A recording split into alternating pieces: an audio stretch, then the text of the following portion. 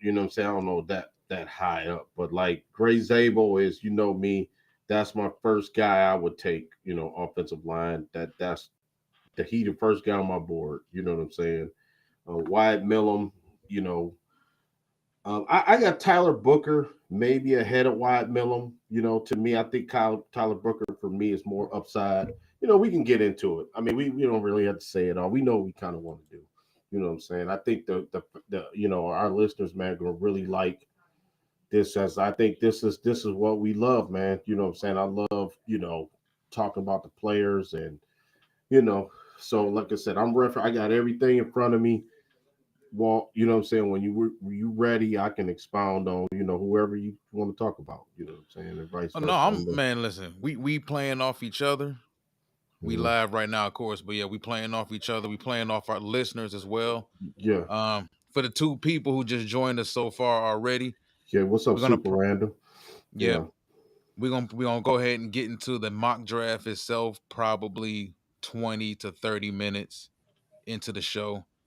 Um, give the subscribers, give the listener section the opportunity to really build up, because I know everybody's gonna have their views and opinions on this tonight, but we think y'all gonna have a lot of fun with this, man. Me and this man both put a lot of thought into this entire process. We've been building this up with the past 6 7 months, for that matter. And like I said, we think you guys are gonna really enjoy it tonight. And ladies, if you're watching, and like I said, don't hesitate to let us know exactly how y'all feel in the comment section about these picks or whatnot tonight. Just tonight, because this is the first installment. This is mock draft 1.0, but tonight we'll be doing it with the process of rotating each round, or rotating each pick for that matter, because we do have 3 picks in the 7th round. So we'll get to that when we get to that. But I'll start first this time, and then he'll take it off there from me, and so on and so on. And then probably with 2.0, he'll take the first round, and then I'll follow his lead, so on and so on. So, but all right, so let's get into these this draft talk in general right now. So I want to start with the offensive line, Yeah. mainly because everybody knows the defense has been like a very, very red button topic around this town, mainly since the middle of the season. Pretty much once Davenport got hurt, then Aiden went down, and then everything kind of spiraled out of control. But we all know defense is a need on this team. But as you and I both had discussed, this is a team that is Yeah. strange, because for a 15-win team, they got a lot of needs. Yeah. What's up, Ralph? Yep. Yeah, Yep. they got a lot of needs. You're talking about, you and I are both in agreement that the cornerback room is still kind of poultry. You still lack that guy.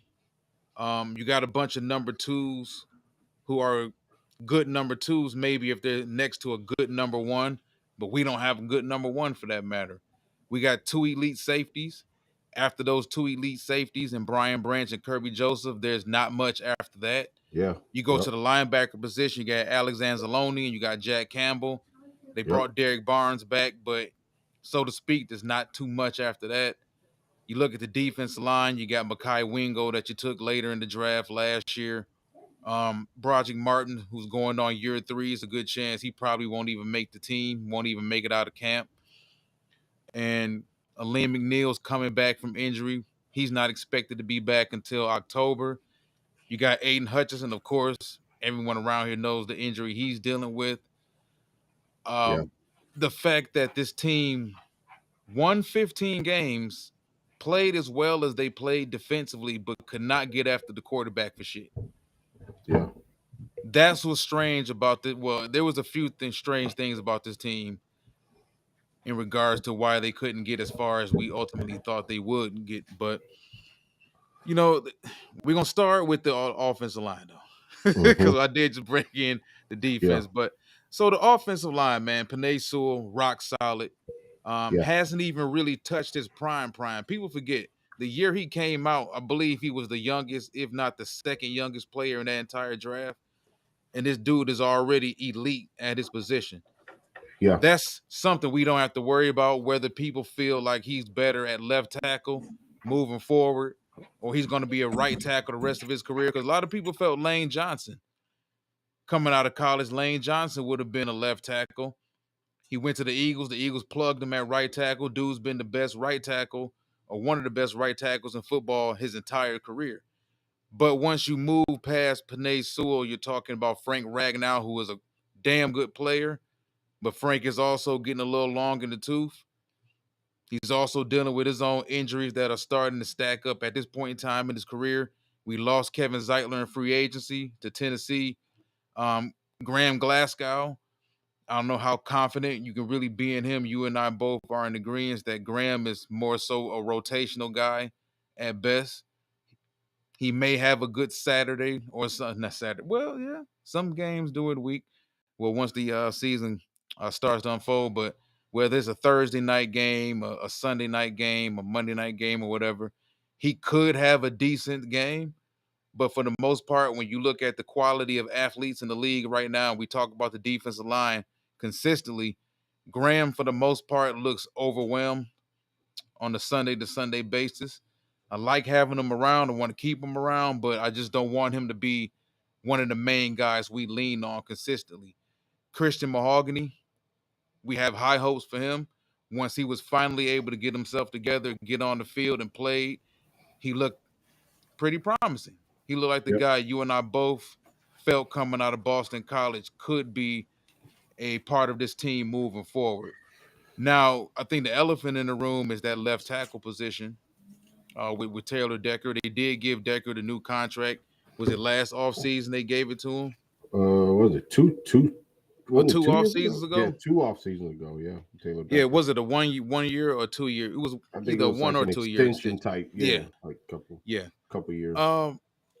Taylor's another guy, really good player. I think he's past his prime a little bit. Nothing wrong in saying that. Nothing wrong in feeling that. I think there's some hard questions to answer for this team right now along the offensive line, because you don't want to just keep waiting around until the bottom completely falls out. Mm-hmm. And then you left with just Penei Sewell and a bunch of journeymen, a bunch of raggedy ass late round picks, because it's not that easy to get a good offensive line. The Eagles worked hard at drafting and getting guys in free agency over there and grooming guys to become a solid offensive line. The Chiefs for years had them. The Chiefs invested a lot of money in that offensive line too. You look at the Dallas Cowboys when they were really good. It was because of an offensive line. The Patriots always built the offensive line. Yeah. It's important. It's a strength, man. One. Yeah.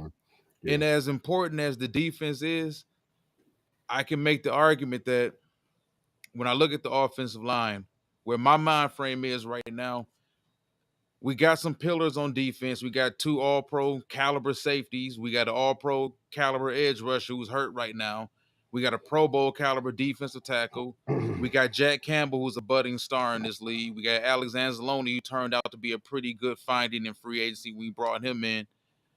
That offensive line, man, and for us to lean so much on, well, at least having to lean so much on Jared Goff moving forward, we can't afford for that offensive line to be in a situation where the bottom falls out and we just left looking slack-jawed, because that's facts. If he's not mobile, there's not much really dynamic about him. He can't really make much happen on his own. He needs damn near perfect offensive line play every week. And if you look at it for what it is, if things did go south with this offensive line, now you're in a situation where it could take another 2, 3, 4 years before you finally get everything together. This draft right here, this is why I'm so adamant in the way I feel in regards to how Brad Holmes has handled free agency so far. I kind of wanted him to take care of defense, not necessarily go out and get a bunch of big name players, but I wanted him to get some NFL legit acquisitions in free agency, so that way we could go into this draft and fix our offensive line. Yeah. Because my thinking, my train of thought for all of this was, we would go into the draft, we would get us a pure guard, we'll get us a nice swing guy like Gray Zabel, somebody that can play center, tackle, and guard, and then maybe get us a developmental tackle later on in the draft. See, I'm thinking about getting the offensive line out of the way for the next 6, 7, 8 years. So that way, all we got to worry about if B is finding a new quarterback. If it came to that in another 2 or 3 years, we hope it doesn't. But if it comes to that, the offensive line is already in place. The running back room is in place. Yeah. And mainly offensively, all we'll be worrying about is finding another 2, maybe 3 wide receivers or another wide receiver and a tight end. I think we got more pillars on defense, honestly. Yeah. With the 2 safeties, edge rusher, Aiden Hutchinson, Jack Campbell, who's a potential star moving forward. But like I said, I'm with it. At 28, whether it all depends on how everything falls, whether it's a guard, a tackle, offensive tackle, defensive tackle, wide receiver, if they came to that, safety, whatever it may be. Yeah. Go ahead and take it, man. I'm done rambling. No, absolutely. Well taken. I was just gonna say before we get started, it's a couple guards here. That's later on. I'm not talking about the main guys. We'll get into the main guys here at the top of the draft. At guard, left guard, Garrett Dillinger. It's a guy I've been looking at later on in the draft. I think he could be had. This guy here ran 40-yard dash walk, 5 seconds flat. This guy could play, man. He is there. He's 6'4", 325 pounds, exclusive left guard, man, from LSU. Did this kid, play with Miles Frazier and Emory Jones, you know what I'm saying? So this is a really good get, man. We can get this kid, man, later on. Just think about, like you said, I'm with you, get high-end talent at the top of the draft, but I would take maybe another guard like him, developmental later round. You can get him, you know what I'm saying? Another guy that and you brought him to my attention like early, you might not even remember, like earlier in the year was Chase Lund from UConn, man. And he's for 2 years he's been on the radar. That whoever gets him, he's 6'8", 305 pounds, man. He ran a 5'4", not the fastest guy in the world, but I can work with that. You know what I'm saying? Got good hands. Went to the Senior Bowl. Just flat out, just be mean and play his ass off. That's another guy, man. Chase Lund from UConn, Garrett Dillinger from LSU. Those are 2 guys that later on in the draft, man. If you tell me we can parlay one of these 2 guys later on in the draft, man, get Chase Lund would be a steal walk past the 5th round or something like that. You know what I'm saying? Which we know Brad Holmes got a knack for getting, a late round developmental player. I'll be totally. And I think he's went defense the last couple years. I'm sorry, no, he didn't. He went Mano last year. He went Broderick Martin a couple years ago. So he's been flip-flopping on what side of the ball he's been going with the developmental player. But, hey, like you said, that offensive line, man, has to be rock solid. Just what Super Random just said. You need everything's got to work up front, because if the minute it's cracks in the armor, Goff is not as effective. You know what I'm saying? And there's nothing wrong with saying that about Goff. I mean, he's got to have everything perfect. He's not a guy that's going to put the team on his shoulders, throw the ball 55 times and throw for, 475 and 5 touchdowns. He's just not that kind of guy. You know what I'm saying? He could do it within the realm of the game plan of the scheme, you know what I'm saying? But I don't think he's a guy that will put the team on his back. And there's no harm in saying that, you know what I'm saying? So for me, I'm going to just make sure that offensive line wall is as strong as possible.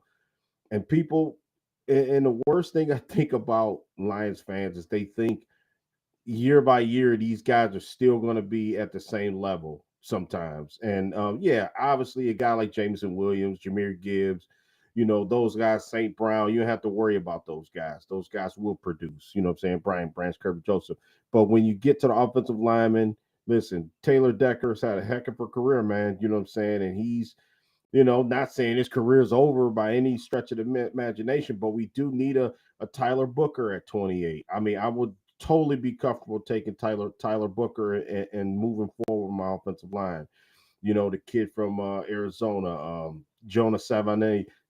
Yeah, Tyler Booker. That's him, man. Who would want this kid, man? 6'5", 325 pounds. He's got some tooling. Obviously, you got to work with him. He need to move his hips a little bit better, I think. size and power, man. That's what I'm looking at. This kid is big and strong, violent as hell. Just what you said, Walt. 20 years old. I mean, he's somebody with the right offensive line. Who wouldn't want to learn from Penei Sewell, Taylor Decker, Frank Ragnow? You know what I'm saying? Dude, Like you 20 said, Chris, years old. 20 20 only years 20 old. years old with 37 games played at Alabama. Yeah, this kid ready to power Yeah. drive somebody, man, on that offensive line, Very, man. very high ceiling, man. Very Yeah, high I ceiling. don't think he's gonna be there, but man, I like you said, I wouldn't even be upset if we traded up to get the kid. I think he's that good. I think his ceiling is that high.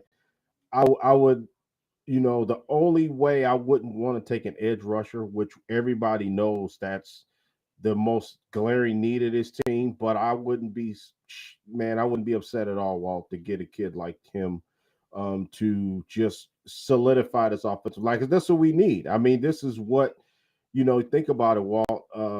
The Chicago Bears totally upgraded their defensive line. The Vikings did as such, getting Jonathan Allen. They already got some guys they already had, was giving us fits.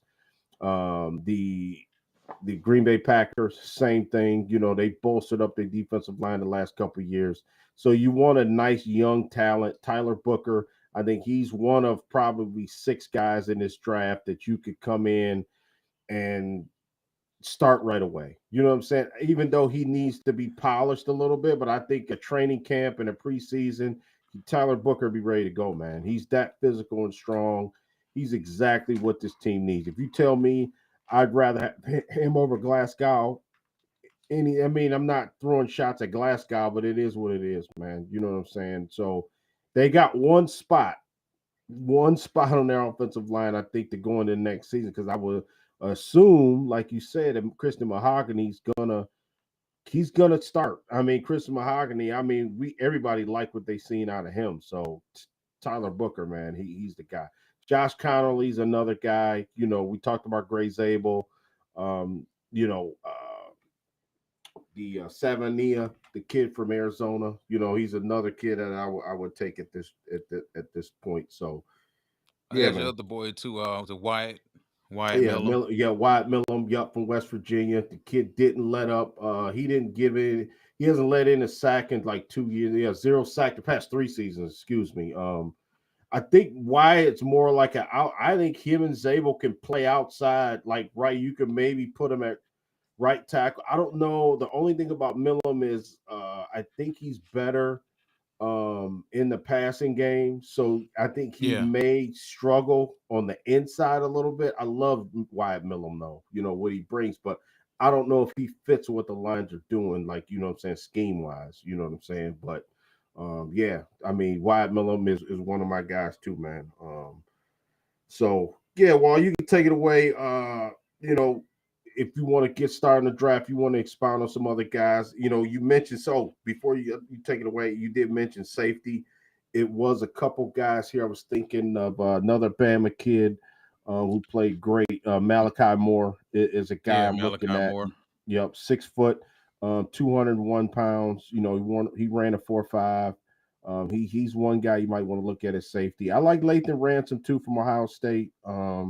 He's kind of got some, but my main guy, the number one guy, I think, better than Watts from Notre Dame, better than Georgia, Malachi Starr. I like Makuba, man, from Texas. I like all them Texas boys. Them boys be balling, man. 6 foot, 4 foot. He's a little bit undersized, but he's sort of like in a Brian Branch, clone. You might want to take a look at him, but I think Makuba might not be there past the second or third round. You know what I'm saying? I think he's a day 2 pick, I think, but I really like him too. So Yeah, absolutely. I cracked a smile a little bit when you mentioned Andrew Makuba, because that's my guy, man. uh-huh. That's my guy. That's my guy. Uh-huh. Transfer from Clemson. I'm gonna get into him in a minute, Yeah. but yeah, Alex, I agree with everything you just said, man. The players, you and I have been locked in with each other as far as the offensive lineman for the past 2 months, for the most part. I think another guy, matter of fact, in Miles Frazier from LSU, a Yeah. guy who went to the Senior Bowl and helped himself tremendously, showed them that he was able to play inside at guard at either position as well as tackle, Yeah. and can Yep. play a little bit center if you need to. Um, Ton of experience coming out of LSU. Like I said, got it right there, right tackle as far as right guard versatility. Yeah. Outstanding Senior Bowl week of practice. Very high IQ guard that handles blitzes and stunts. Yeah. And for people who don't know, handling blitzes and stunts in this day and age in the NFL, Vital. Yeah. if you can't handle Hmm. blitzes and stunts as a center or a guard, you're gonna get ran over, you're gonna get railroaded, and you can be out of the league. And that takes a very high IQ guard and center for that matter to be able to handle those things. That's why nowadays in the NFL, they want these centers to come into the league with guard experience, guards to have center experience, and so on the interior, because the center and guard position is so locked in with each other now. You Yeah. know, you're pretty much joined at the hip. If you think tackles and guards are joined at the hip, that ain't really true like that. And if your guard is joined at the hip with the tackle, that means your tackle pretty much ain't worth a damn. Yeah. Your tackle needs, that's why the tackles make the big Yes. money. They I expected agree. to be on the island out there just like corners I agree, and Lamar. and handle these people. So like I said, Hmm. impressive mobility and space for his size. Another 6'5", 325. Yeah. Anchors well in pass pro, tough to move off the line, patience, technique, fundamentals. So, yeah, he's Yeah. another guy. Like another guy I want to get into real quick before I get into my big board is Charles Grant of Yeah. That's William your and guy. Mary. I'm Yep. pretty sure. Yep, I'm pretty sure Brad Holmes and his organization knows all about Charles Grant. He played with Kobe Sorsdahl for a good 3 years at William and Mary. This guy's 6'4", 300 pounds. I'm thinking he's probably closer to 310 now. Hmm. Elite mobility and space. This is a dude who damn near looks like a tight end when he gets out in space, when they get out and pull him. They Yeah. used him versatility wise a lot at William and Mary as far as anchoring their run game behind him. Pass block wise, of course, I don't know if he was just so much better than everybody at that level of competition Hmm. that Yeah. he just made it look as easy as it was. But he was obviously in all 4 games I saw from him, because I only was able to track down 40 games worth of tape on him. He was the best player on the football field, period. Yeah. Now that That's right. sounds bad because you're talking about an offensive tackle looking like the best player on the football field for both teams in 4 different games, but him being from William and Mary, and I talked about this a few months ago, is there going to be a team, because from a talent standpoint, I think he's a late first round pick just from a pure talent pass pro standpoint, Yeah. but he's going to have the question marks of the arm length. Also, 6'4", 300, 6'4", 308. Yeah. Is he better suited to play inside? Because when they see the 6'4", they tend to get a little scared of it. They want their tackle 6'5" and a half, 6'6", borderline maybe 6'7" at the tallest.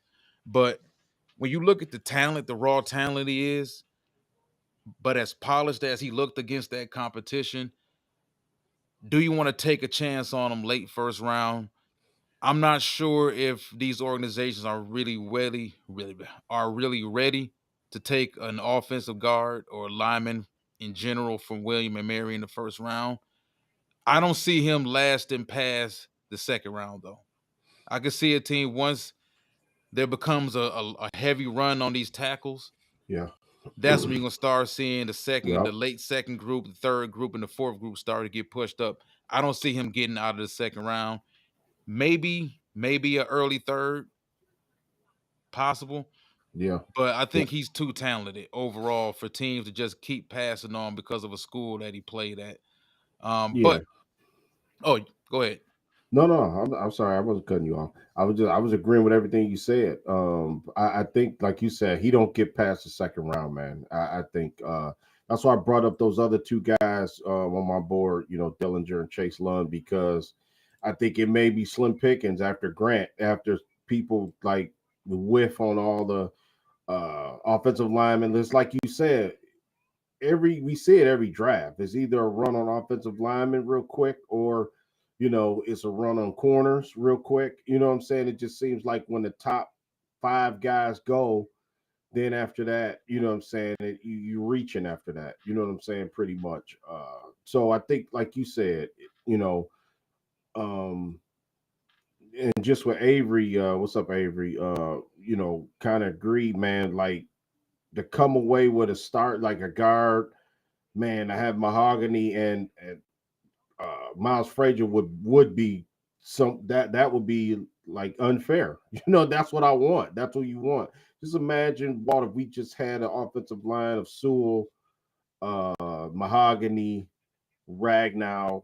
We're just inserting in Miles Frazier. You know what I'm saying? Let's just say we pick him, and Taylor Decker. I mean, that's pretty good if you ask me. And we're ready to go against any front that comes at it. I just want to be prepared, man. You know what I'm saying? Well, you don't want to be like ill prepared for anything. You know what I'm saying? You don't want to be like at a disadvantage. You know what I'm saying? Like it was clear in the Washington game that we was, first of all, the injuries. Yes, I mean, obviously, how many times we gonna keep beating the dead horse? Yes, we had the injuries, but the fact of the matter is, I think they were way more physical than we were. You know what I'm saying? I mean, I believe that. I believe our offensive line, tattered and battered, however you want to slice it, they got outplayed, man. I think Jared Goff was kind of like, kind of shell shocked a little bit, throwing interceptions, rushing the ball, rightfully so, because the offensive line didn't hold up. The offensive line didn't play good, in my opinion, the last month of the season, if you ask me. You know what I'm saying? So, and you referenced the Texans game. That was a game, that was a problem. We got away with it because we ultimately were the better team. But um, so for me, just like Avery said it again, you have to get some starters out of this draft, man. That's the only thing I was kind of like in my feelings like 2 weeks ago, because I'm like, we have to get some starters, man. Let's stop with the project kids, man. I can see doing that, obviously. And I think Greg, a friend of ours, Greg Rice, said the same thing. It's hard to get starters in the draft. It really is. It is hard to get starters, but what you can do is, man, at least a guy who's got it, who doesn't. I mean, in my opinion, just off the tape, you can say, "Damn, we put him in our scheme, and he'll pretty much flourish." That type of thing. Just don't get a guy who doesn't do anything well at all. You know what I'm saying? That you can't cover. If you're a cornerback, you don't do. First of all, you undersized, right? You handsy as hell. That's a bad translation in You NFL. don't want another Rudy? Nah, man, nah. We got enough guys like that. So we good, man. Hey We man, y'all we love Malcolm Rodriguez, though. yeah. I mean, Rodriguez is a We don't guy. want a Yeah, team full of them, yeah, exactly. There we go. though. You know what I'm saying? So you know where my head at, man. Nah, I But the got draft. you, man. Listen, this is the part I love about like doing this show. You know what I'm saying? As we get into these guys, because a lot of people just pick up where you like a lot of people that soon as that Washington game was over, they turned the TV off, right? And just like, well, I'll tune in September. You know what I'm saying? Call me the first Thursday in September when we play the Eagles. I'm putting it out there for the NFL, by the way. Call me week one, opening night against the Eagles. You know what I'm saying? A lot of fans, are those kind of fans. But we know our listeners, the people we talk to in our circle, stuff like that, knows that this is another part of the evaluation. This is where it starts. You know what I'm saying? This is where your team gets better right now. You know what I'm saying? We went through a free agency. And now, here we are on the heels of the draft coming up here. So oh yeah, Izarako, I love him. I would love Rowdy Trey. I would. He's one of my guys that I, he was on my. I didn't have him on my board, but he damn sure on my radar. I mean, I love the kid. I think that long arms. He does play the run really well. I think that's another hidden art these days. But just putting these kids out there and just go get the quarterback. It's something special when you got a kid that could rush the quarterback and help support the run. I think what's your guy from Texas A&M? I think Shamar Stewart is like that too as well, where he could step up and make a tackle, shed a block and get a guy from behind. You know what I'm saying? I love Izuruku. I'm sorry, I know I'm Yeah. pronouncing his name wrong, but I like We the kid. gonna I pronounce a wouldn't lot of I names wouldn't be wrong. upset. We gonna Yeah, pronounce a if lot of he's names there at wrong. 28 and we took him, well, I wouldn't be upset at all. If we didn't take a lineman and we took him, I wouldn't be upset. You know what I'm saying? Because I think the upside is there big time. You know what I'm saying? Now I wouldn't reach. Let's just say we traded up 5 spots to get him or 6 spots. I'll be like, what the hell are you doing? You don't have to do that to get this kid. Like, I don't think Right. you don't have to trade up to get him. You know what I'm saying? That's all I'm saying. Can y'all hear me? Now, what the $1 million question is? Let me ask you this: What if Can y'all hear me? Yeah, I can hear you. All right, just making sure because my mic kept going in and out. What the $1 You all million good? question is? Would you rather? What if him and James Pierce on the board at 28? Would you pick who would you pick over those two? Personally, I would take James Pierce. Yeah, I would too. Yeah. I would too. Um. That's a dread. That's a pipe dream. That my favorite guy is two guys that I would pick at 28 before we get into it. It would be Pierce and Gray Zabel. Those are the two guys I wouldn't even think about it. You know what I'm saying? Now, let's just say it would be real interesting. Both of them was there. Then who would you take? You know what I'm saying? Yeah. Yeah. You know what I That's mean? With me, would you take Gray Zabel or would you take James Pierce? If I had a choice, just because it's a deeper offensive line that I think we can get more bang for our buck, I'm gonna take James Pierce over Gary Zabel if it came down to it. You know what I'm saying? So yeah. I mean, it's,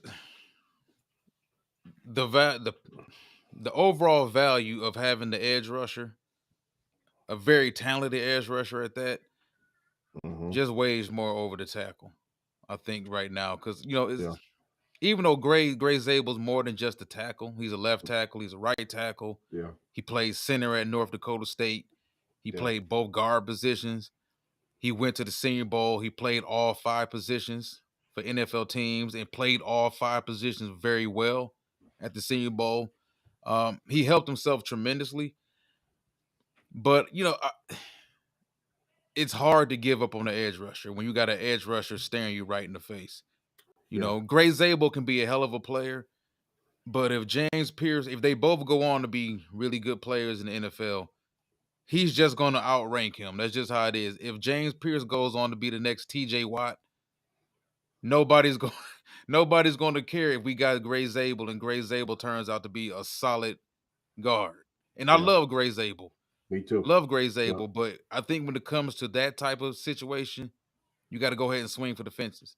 Because talent like him at edge rusher, you talking about 6'5", 247 pounds that ran a 4.4 flat yeah, or what a 4.39 or something. James yes, Pierce ran at the combine.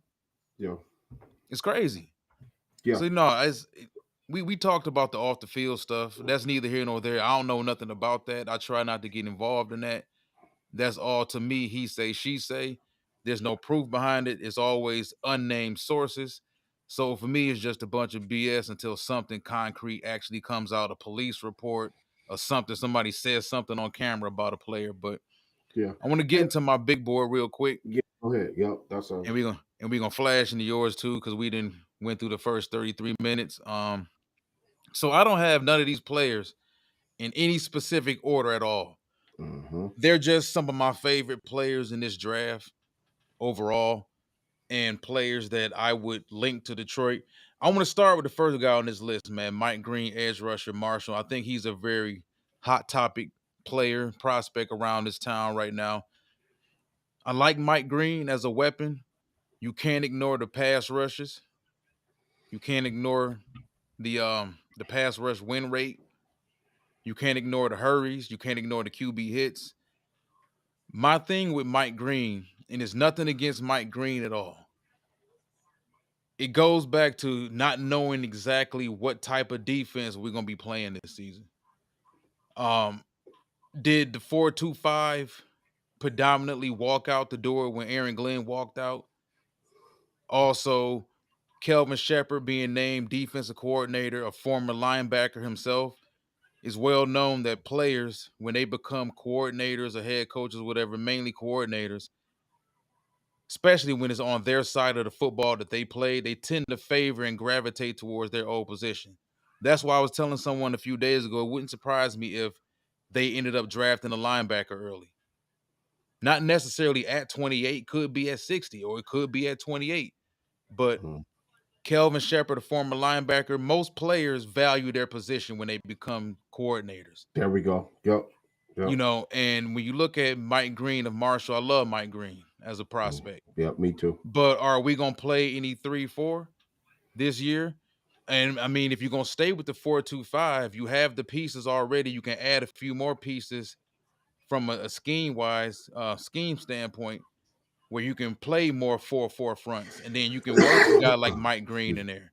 You can have two big defensive tackles, the prototypical 3 technique with the nose and DJ Reader. And then when Mhm. you get a guy like Aiden Hutchinson back and Lean McNeil, you're talking about having a linebacking core of Alex Anzalone, Jack Campbell, Derek Barnes, and Mike Green. In that type of situation, or even if you Mhm. ran more 3-4 fronts in that situation, you're providing Mike Green with protection. Yeah. And his protection is Jack Campbell and Alex Anzalone in the middle. You put Mike Green in a position, because what I noticed what Marshall did with him, Marshall let him do pretty much whatever he wanted. He moved all along that defensive front. He was all the way out at 5 technique. He was out at 8, not 8, but he was out at the 7. He was lined up at 4 tech every now and then.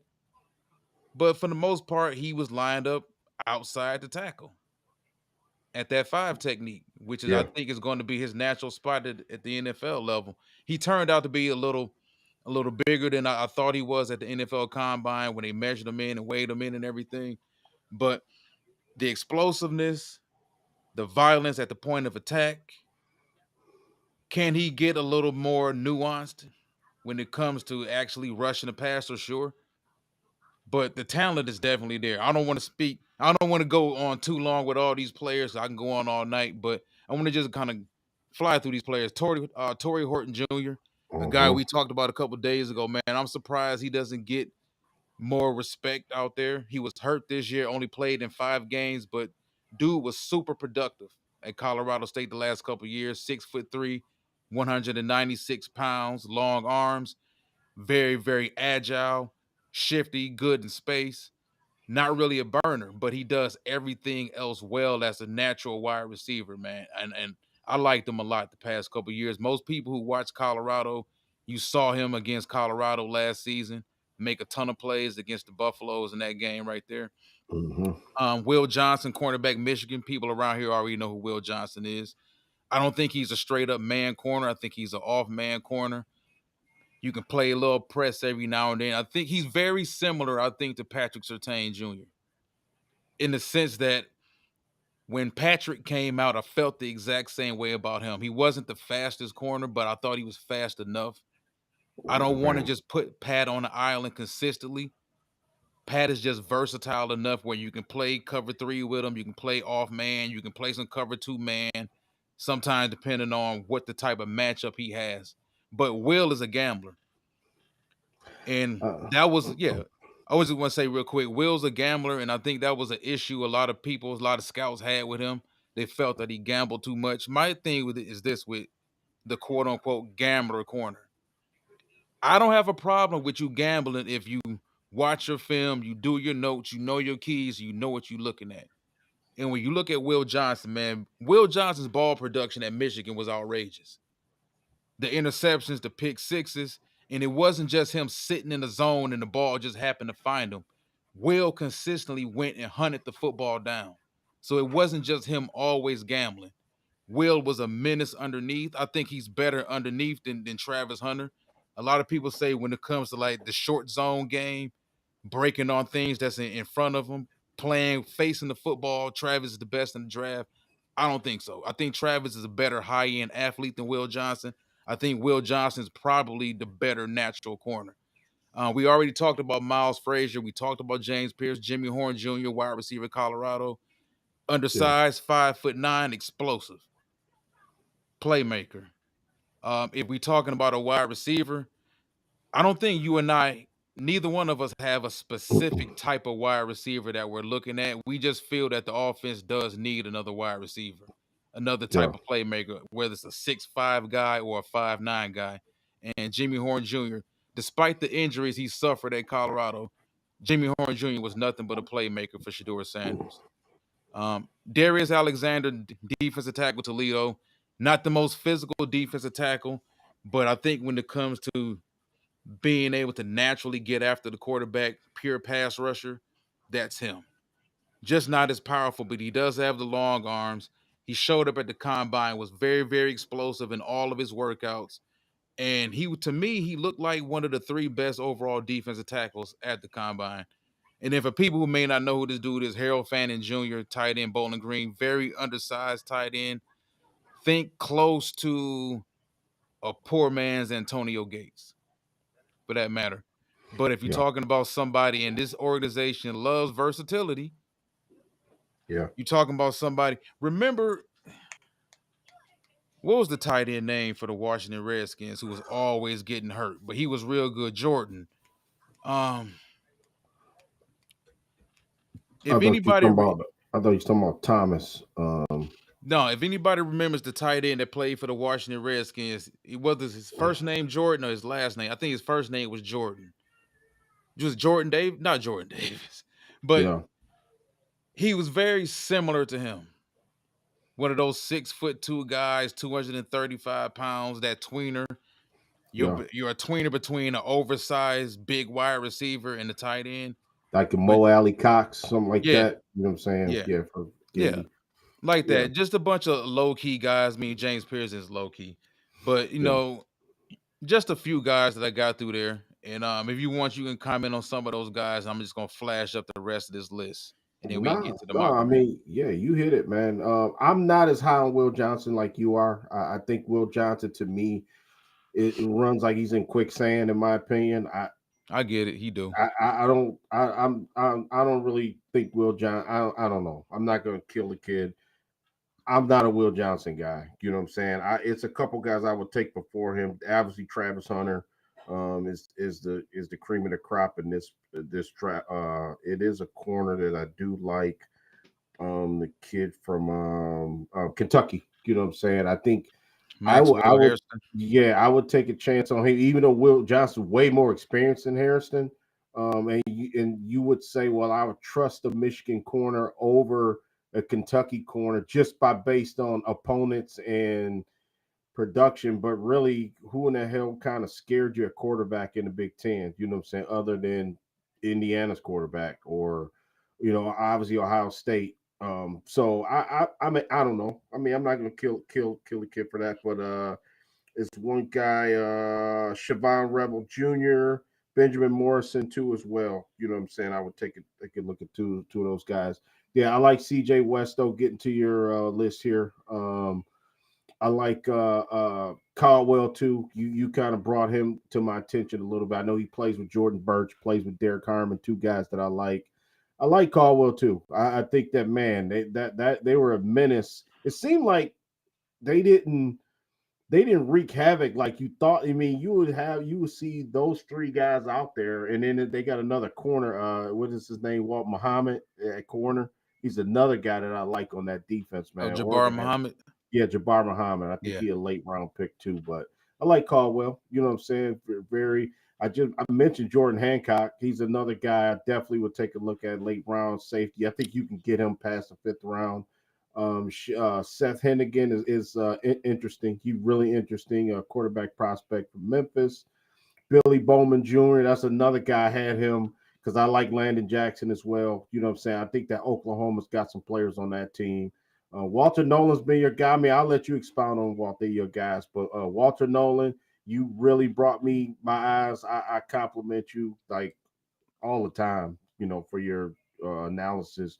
Walter Nolan, another guy I didn't have on my radar at all, man. Until you start mentioning Walter Nolan, the guy about 2 months ago. So yeah, Walter Nolan's a damn good football player, man. You know what I'm saying? Just like Avery, shout out to Avery, Ty Robinson. I liking him every time I see him. Every time the tape I watch it, and now I'm like, man, this is another guy that I didn't wasn't on my radar. I don't get what saying? People don't see with him. Yeah. So Ty Robinson and Walter Nolan, absolutely, man. Oh, CJ West too. CJ West. I figured CJ West would damn sure be there. You know what I'm saying? I mean, I would love to get him, sort of like remember when we got Makai Wingo late last year, sort of in that time frame. But yeah, man. I like this kid too. That Emma Worry from Yep, Emma South Worry. Carolina, man. Look at the kid put together, man, ready to kill somebody. I love it. You know what I'm saying? So I'll let you expound on your guys, man. But Chase Lund, I mentioned him. You know I like him. That's another alternative guy on the offensive line. Like I think what is he, 6'5", something like that, over 310, 315, Oh, something Chase. like that. Yeah, Yeah, Chase 6'7". Yep, yeah. 6'7", 6'7", 310, 6'7", Yeah, 315, 310, something three like that. fifteen, something like that.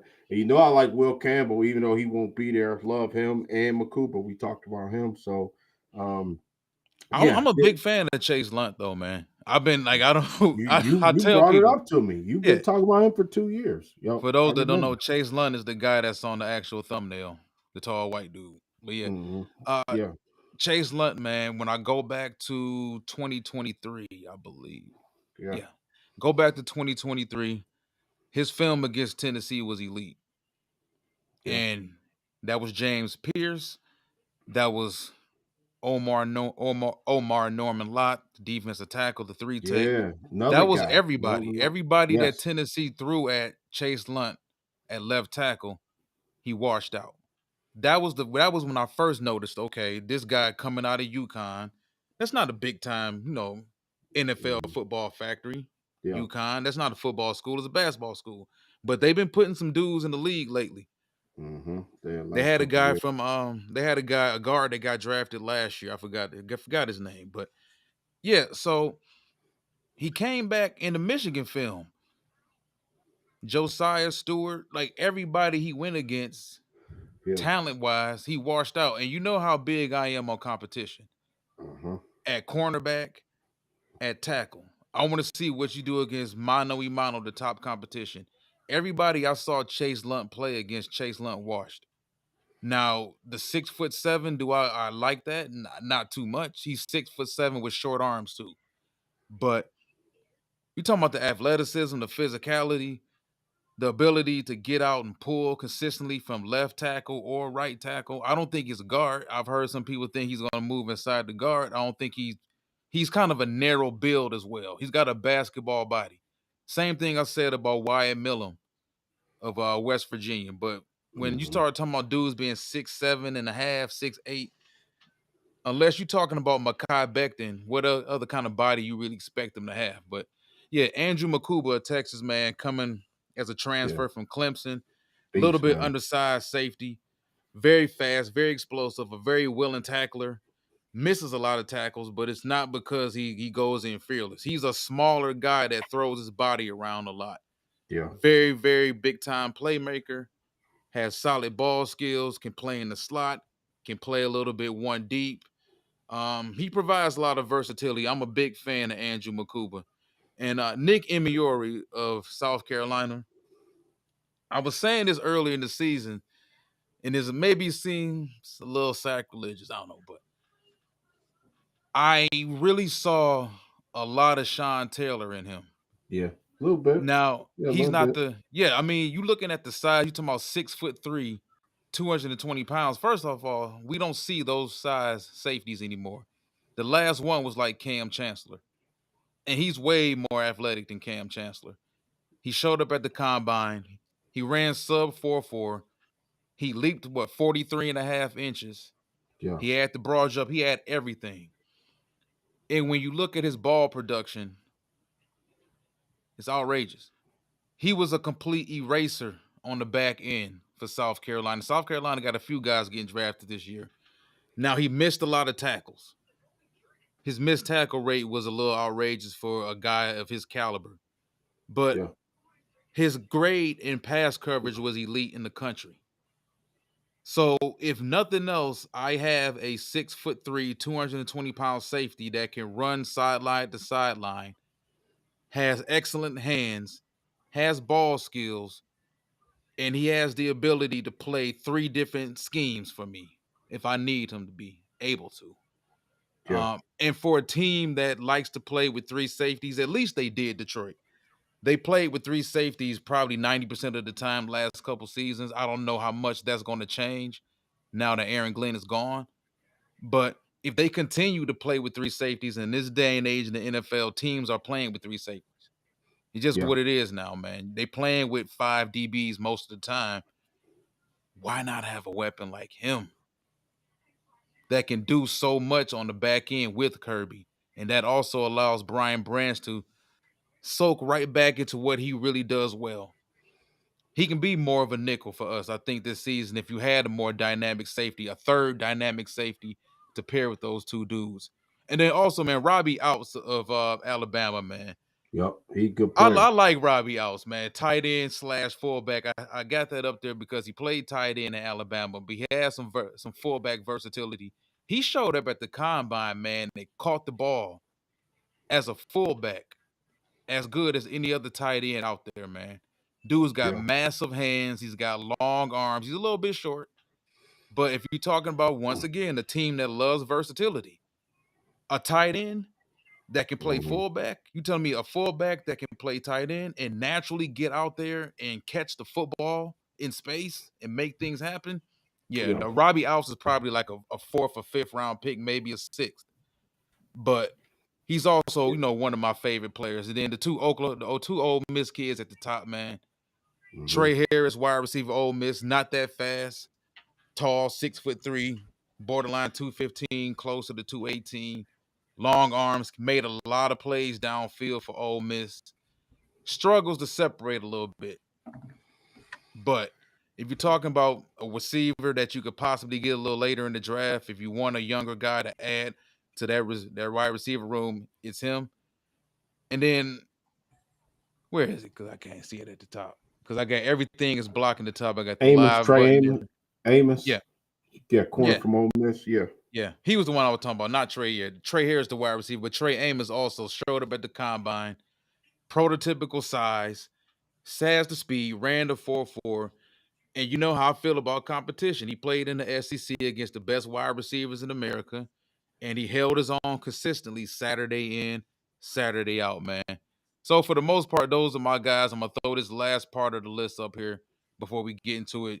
Josiah Stewart, edge, Michigan. Derek Harmon, defensive tackle. Oregon, maybe the best 3 technique in this class. Shamar Stewart, Mhm. athletic freak, defensive end of Texas A&M. There's been some concerns about his weight and his size. Not necessarily like that he's overweight, but Shamar's body type kind of says that he may eventually kick inside the defensive tackle at 3 technique. Clay Webb, guard out of Jackson State. Very, Yeah. very short, sawed off dude, short arms, but he showed up at the Senior Bowl, played some center, played some guard, held his own, dominated Dayon Walker, matter of fact. 6'7" defensive tackle from Kentucky on a few snaps. Tate Yeah. Rutledge, guard Yeah. I like Georgia, him. played a ton of games at Georgia, man. Yep. I Jalen got him. Milrow, Yep. I Milrow. got No, I Jalen like on there Milrow. too. Yeah, I do Yeah, because I too. mean, I I got want a Jalen Milrow. quarterback. I Me don't, I don't too. pull no punches on it. I would like to see them get a quarterback at some point in time in this draft. And I think Malachi Milrow. Starks. I'm sorry, I didn't mean to interrupt No, you. you good. Milrow's very intriguing, man. I'm telling you, late in the draft, I would do it. I'm telling you, just because for the simple fact is you do, like you said, have to get some serious like NFL QB aura going on in that room, man. You know what I'm saying? Obviously, we know Goff's a quarterback. That's not what I'm saying. What I'm getting at is I just think Hendon Hooker got a raw deal, man. I mean, I don't know where people are already bypassing him. Like, yeah, well, he's not even, I mean, it's kind of hard to be like a backup of a starter in the NFL. It really is. You really have to just stay ready. You know what I mean? Basically, and just, but what I'm saying is I want a guy that, man, this guy's got some talent and he could be the next guy in line after Goff, retires or moves on, whatever the case may be. I mean, a legit backup quarterback. You know what I'm saying? That could be ready to possibly unseat the starter. That's what I'm talking about. So Could it be Jalen Milroe? You never know. You know what I'm saying? Could it be others in this draft? You know, obviously. Um, I'm laughing at this because Lamar always talking about how well I joke about it too about how Brad Holmes don't like real good players. yeah, when if you too talented, yeah, he see a high salary cap number in 3 years. yeah, yeah. And he bypassed him. Don't Yeah. be too good. I might have to pay you in 3 years. But you know what? Another before we get started on the draft, the other offensive lineman it was my guy was Ozzie Trapilo. Remember Oh Walt yeah. 6'8". Ozzie could play, man, and he's kind of lost in the shuffle. I think I did 3 or 4 mock drafts within the last week or two, and Ozzie Trapilo's like available in the 6th round. It's crazy, you know what Yeah. I'm saying? Because I think he's another guy from Boston College. I think, like you said, 6'8", that can really, fill a spot. You know what I'm saying? I think he's rough and rugged enough where he could be an NFL starter. You know what I'm saying? So yeah, I mean, we get to this draft. Jordan Reed. That's what it was. Yeah, Jordan Rob got Reed, it. yeah, for the Washington. Redskins. Yep. Yeah, tight end. Knew somebody was gonna get it. So yeah, we're gonna get ready to get into this draft. Talk to these people for a second while I bring this up. Yeah, so when you look at this draft, the Lions picking at number 28, you got teams ahead of him, ahead of them, and I think every year, every draft, you get to trade scenarios, and then you really start to see like team needs, and really now it's getting closer to the draft. Trade talks will start. Um, it'll certain teams like this particular guy may trade up. Listen, I think it's 3 wild cards in this first round of the draft, man. I really do. I think it's going to be Travis Hunter. I think Shedeur Sanders. And I don't know how far down those guys are going to go. I think Travis Hunter, I think it's safe to say Travis Hunter is probably, in my estimation, a top 5 pick. I'm just going to just put it out there. I think Shedeur Sanders may not be as high of a pick as everybody think, man. Every year somebody drops. I'm not saying he's going to drop past the top 10. I think if he gets past like the Giants, I don't think, I'd be surprised if he went out of the top 10, but I just think that this draft is totally like this is the wrong year to pick a quarterback. Thank God the Lions don't have to really need a franchise No, I quarterback. agree. You know what I'm saying? I I'm mean, cool with Cam Ward. I don't trust Shedeur Sanders. I don't, man. You know what I'm saying? I mean, as much as I'm with, listen, I trust Cam Ward. I trust I Cam Ward trust more Cam than Ward for Shedeur. a few reasons. That's what I was gonna say. Cam Ward, to me, he's the better quarterback. I mean, you know me, I like Deion Sanders. I do. I like everything about him, everything he's done. I'm not trying to crap on his son or anything like that to say he's no good. I'm just saying, man. I think Cam Ward is more polished to me. Yeah, Shedeur Sanders has got some great traits, man. I think he can throw the ball off the wrong foot. You know what I'm saying? And still make plays. I think, he's made play on offensive line was terrible at Colorado. That's number one. And I do think he had some playmakers. He made some plays. You know what I'm saying? So it's something there with Shedeur Sanders. It really is. But I think he's just going to have to go to the right team. Let's just what I mean. If he goes to Cleveland, I think he's doomed, man. I think if Shedeur Sanders goes to Cleveland, they're going to ruin the kid's career, man. You know what I'm saying? The current state they in, yeah. The But it current seems like the state they Browns in. always in this state. Yeah, I think that maybe I think the Giants it could be, you know what I'm saying, because the Giants at least are stable, you know what I'm saying. I mean, they're not right now, but they're just players away from being right back in it, in my opinion, in that division and everything. So, yeah, I think Ashton Genty, that's another guy. I think because of the success of Bijan Robinson, Jahmyr Gibbs the last couple of years, I think the running back position is all the way back in the draft, and I don't. People, you don't draft running backs in the top 50. That's out the window, man. Ashton Genty he's going in the top 10. I think he's going to the Bears. I've been saying it for 3 months. I think somebody said the Raiders, and Raiders possibly could. You can see Pete Carroll probably getting them, but I think Ashton Genty's going to be, a top 10 draft pick, man, in my opinion. So this is an intriguing draft, more so than last year. I think, the hype, of it being here in Detroit, you know what I'm saying? So it was a big, uh, big hype about it. And it still is, you know what I'm saying? And I think this year it's way more prospects to me than especially on offense. I mean, excuse me, especially on defense than last year, in my opinion. You know what I'm saying? Just like I think Avery mentioned, he's right. It's about 20 guys you can pick from. You know what I'm saying? So it'll be very disappointing, Walt, not to come out with high level talent that can start on our team, man. You know what I'm saying? That's for me. Definitely. You know what I mean? Just don't give me Joe Watkins from Joe uh Watkins. from Wilshire Community College in Nebraska community. You know what I'm saying? Just don't give me that, man. You know what I'm saying? But Don't what if he has grit, man? nah, man. Nah, just come on, man. You know what What I'm if he's a saying? Brad Holmes guy though?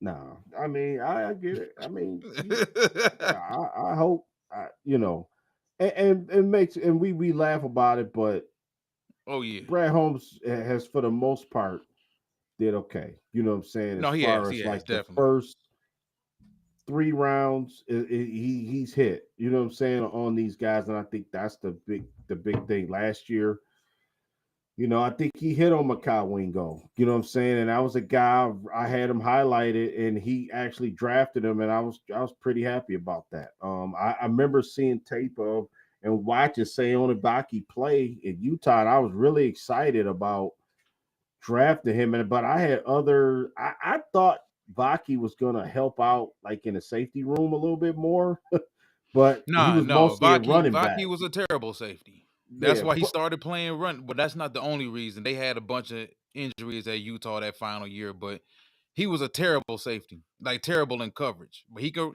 play close to the line and play downhill and hit people and this and that. yeah, You put him in a situation where it's see ball, seek ball, get ball, he can go ahead and make plays. But hmm nah, they had no plans, I think, of ever playing him at safety. yeah, At least yeah, not and depending on him at safety. yeah, and it was like I remember I wanted Xavier Liggett. I remember I we said, "Oh yeah, passed on Leggett, him, and we yeah." took I can't remember off the top of my head who was the second guy we took, but I was pissed. You know what I'm saying? And it was like, why didn't we get the receiver instead of just taking a guy that we know that's just a project? You know what I'm saying? So Yeah. yeah, I mean, we can get into it, man. I mean, this is it right here. I mean, it's game time. It's time to draft. It's time to see what we looking like here, man. This draft season. You All you right. ready? Let's go through these picks real quick. We picked at 28, Yeah. 60, 102, 130, 196. And then in the seventh round, we picked at 228 and 244. 244. Yep. Now we So doing straight up? Are we doing any trades, or you just want to see no, this? no This trades. We can no. handle it, I think, in this one straight up. Okay. And go ahead and see how things play out. So y'all ready? Yeah. So you make it a well. We can expound on the first pick. And so this draft Cam Ward with number one. Yeah, we can Okay. go back over it real quick. Yeah. Okay. Oh boy, look at this. See, look at all the high level player already. Some of them are gone already. Okay, you go This must Cam be the Ward. random part of it with the Giants. Like, Yeah. would the See Giants Travis Hunter. actually take Travis Hunter though if the two See, I quarterbacks told you. were there? Look at that. Look how this thing shaped. That's what I said.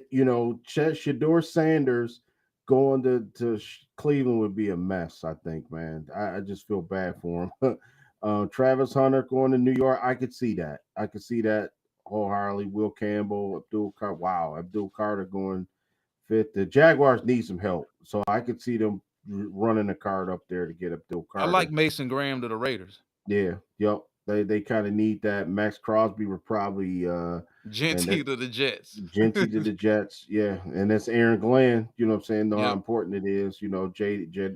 Jahdae Barron. Wow, that's a slip. And you know what? He's kind of lighting to see they chose him over Will Johnson in this draft. They said that Barron was better, on their board. So I mean, man, that's surprising right there. Tyler Warren, Cowboys. I could see that for them. Jalen Walker, Shamar Stewart. Yeah, Atlanta needs some infusion of defense on that team. Jahad Campbell. Matthew Golden's my guy with Isaiah Bond. I like him. So there you go, Raw Detroit. Your boy went to Seattle at pick 18. Yeah, yep.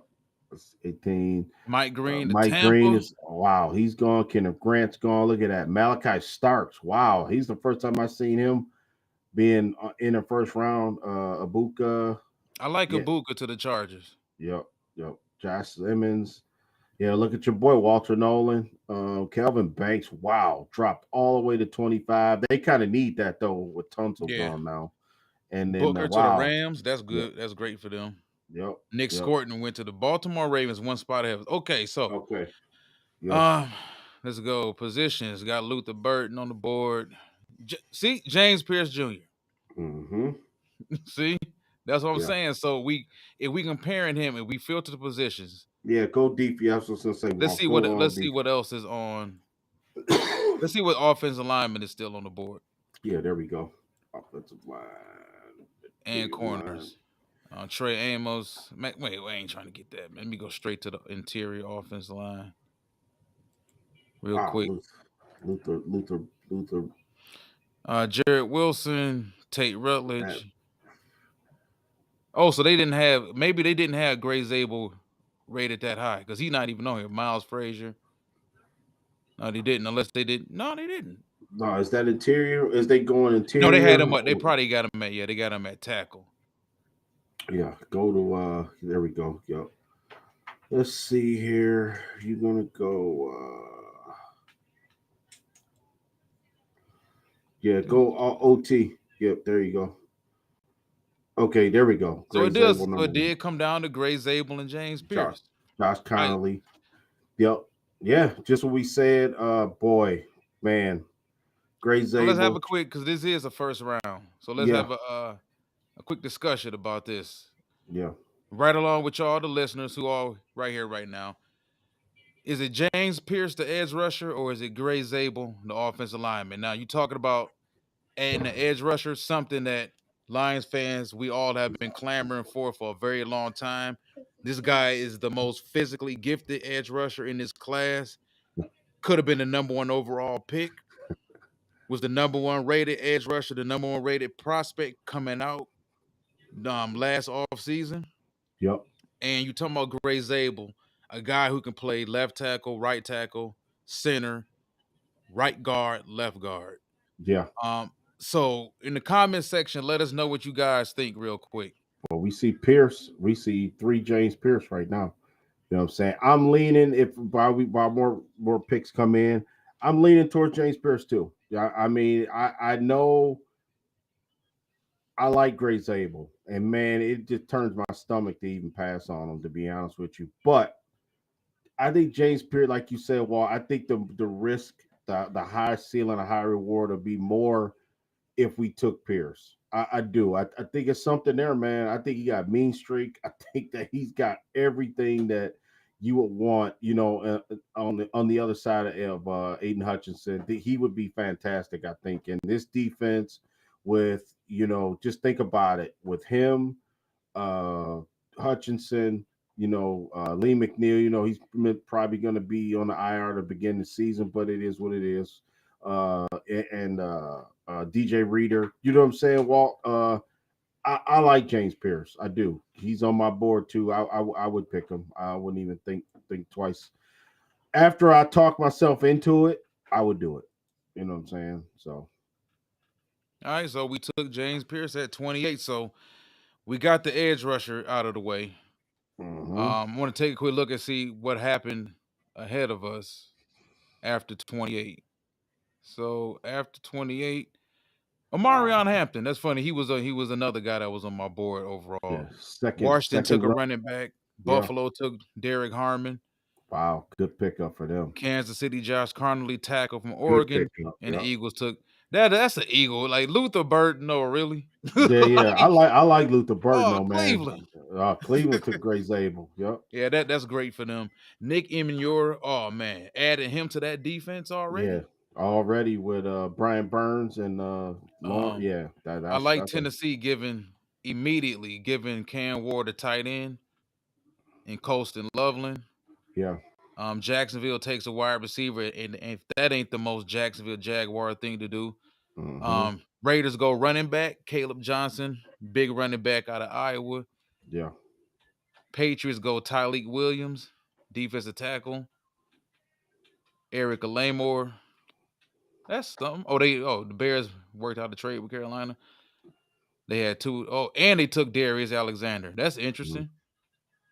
That's Yeah. interesting. Jackson Dart, Yeah. number Quarterback. 42 to the Jets. Ain't that something? So with the Jets' first two picks, they go offense.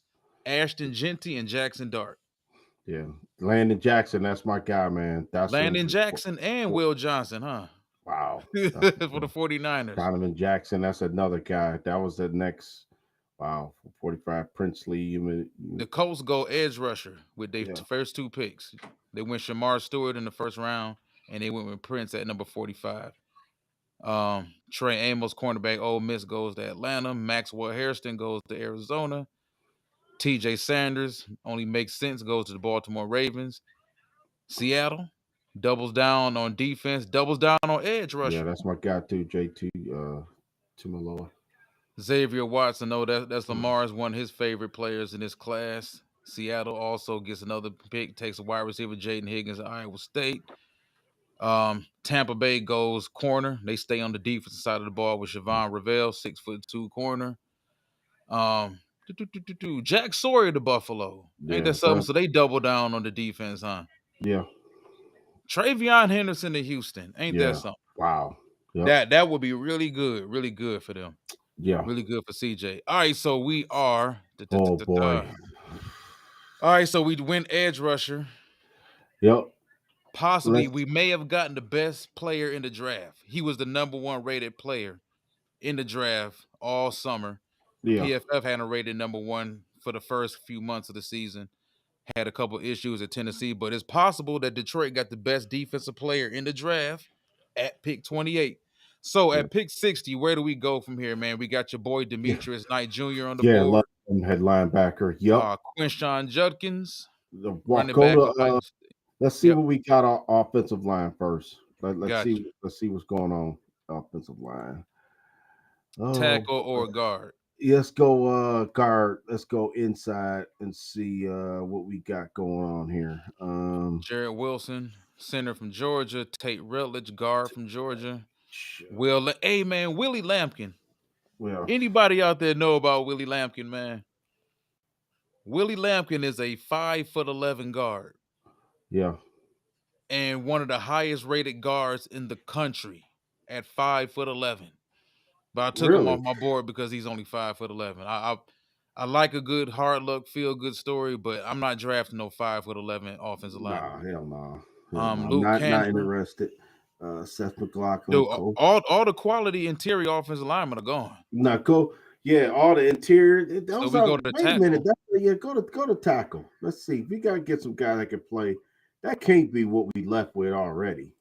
Man, we went for the edge rusher. Remember, y'all wanted to go sexy. Yeah, that's fine. Ozzy's there. Ozzy definitely will be there coming up. I wouldn't take him this early. We down to like the. Yo, I don't know. We could probably get Jonah in the third though. You think so? Yeah, I mean Wyatt Millam. These are all guys we could probably get the third. Because I think Demetrius Knight, I think we can get him too later on the draft. I don't think he's a second round pick. Let's see. Look at the overall board who left. Xavier Restrepo. Yeah, I like him. Shamar Turner, interior defensive lineman for Texas A&M. Darian Porter. Yeah. I'm going just with Raw Detroit, man. I was just gonna say I like Norman Lott too. That's your guy. I really like him. I want to bolster that defensive line. Look, I love Alfred Collins. That's another guy I like too, and Jordan Birch. It's You want just you want to this is double why. down on defense? Yeah, because this is why I think I could go Wyatt Millum. I mean, because I would like to get Millum in here, get him in our system. I think he's better than Mebo. I think he's more of an outside guy, though. That's the only thing. And I think would the transition be too much for him to start? Would he get overwhelmed? You know what I'm saying? Having these big defensive guys coming at him and he's not used to it, you know what I'm saying, in that position. Mm-hmm. Because Wyatt Millum is way too talented to pass up. I mean, Wyatt Millum's better than he'd be more valuable than Demetrius Knight to me. And I love Demetrius Knight. Oh boy, this is a tough. This is a Go tough through the scenario right here. while you choosing. I'm gonna go through the comments real quick. Joseph, Yeah. Darius. Who took Darius? Somebody took Darius at Somebody already took Darius out. Darius Alexander. Did he go already? You sure? Yeah. Yep. Let me go take a Okay. look real quick. Yeah. Was it the Titan? Was it not the Titans? The Texans? Maybe. Nope.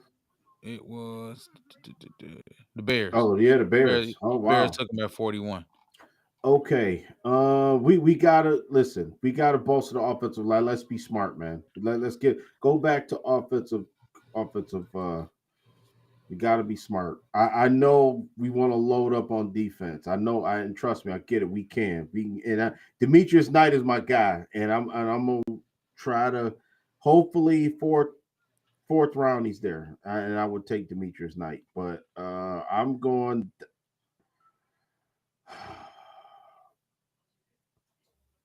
Give me Wyatt Millum. I just man, Cameron Williams too. I'm taking Wyatt Millum. I'm that's a smart pick. You have to take that kid, man. You know what I'm saying?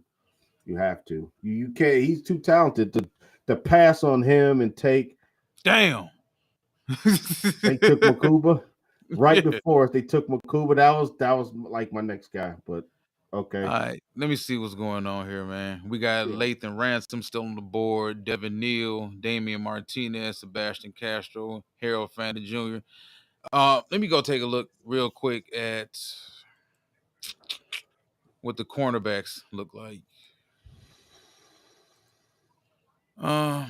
Jacob Parrish of Kansas State, Kobe Bryant of Kansas, Mello Dotson of Kansas, Noah Williams of California, Zay Alexander. It ain't much. There's some guys I wouldn't necessarily take this early though. Yeah, Jacob Parrish undersized. He like 5'10". I don't want another undersized corner, man. Safety. Ransom, Castro, Billy Bowman. Billy Jr. Bowman. I like Billy Bowman. I like Akil Arnold too. A USC. Going through these positions. Let's see. Go to I was gonna say, yeah, there you go. Oh, there we go. There we go. Yeah. Bet. Okay, so Jamari Caldwell, for me right now, just to let y'all know in the comment section and get y'all opinions on some things. For me right now, I'm gonna keep going through some of these positions, but for me right now, I'm leaning towards taking Jamari Caldwell, and I'm leaning towards Jamari Caldwell for a couple reasons. One, Aleem McNeil and his health. Not only is he out until probably early to mid-October, we also looking at a situation with a guy who doesn't really give us the consistency that we need week in, week out. I love Aleem as a player. When Aleem is on the field, Aleem looks dominant. He's gotten better and better since he came into the league out of NC State. Can't depend on him consistently. DJ Reader is a veteran, getting a little up in age, not too up in age, but nose tackles typically can play until they 34, 35 years old. $11 million they stand to save on him if they were willing to go ahead and release him before his time. I don't think they will. It doesn't make sense to release DJ Reader. But all in all, I do think the interior of our defensive line, you look at Jamari Caldwell. Jamari Caldwell is 6'2", which I'm good with, 332 pounds. Long arms. He's got the trunk that you need to play on the interior consistently. The reason people aren't as high on Jamari Caldwell is because they view him as strictly a nose tackle. I don't think he's strictly a zero. If you look at what he did at Oregon, right along with Derek Harmon, he played 0. He played 1 technique. He shaded. He played 2. He played some 3 tech. They would bounce him outside. Every now and then, they even dropped him in some fire zone blitzes. He, for one, first and foremost, he holds his ground. He protects the line of scrimmage. That's the number one job I need my defensive tackle to do, not rush the passer. I need you to hold the line of scrimmage so my linebackers can go out there and eat and don't get pushed back. He does that consistently, as well as he wreaks havoc. It's not his job to necessarily close the play all the time, but for lack of a better phrase, for what his job description requires him to do, he fucks shit up. That's all I need him to do. Crush things inside so that way you flooding everything outside so Aiden Hutchinson can eat and Marcus Davenport can eat or James Pierce can eat. Yeah. So right now I'm leaning towards Jamari Caldwell. Let me know in the let us know in the comments section what y'all thinking about. And what about is Derek Harmon on the board though? His teammate? No, Derek Harmon gone. Derek Harmon gone too. Him and CJ West gone. Okay. So okay. Yeah, I got no issue with Jamari Caldwell in the 3rd round. I mean, that's thank you, Aaron Glenn. This is Aaron Glenn pick, right?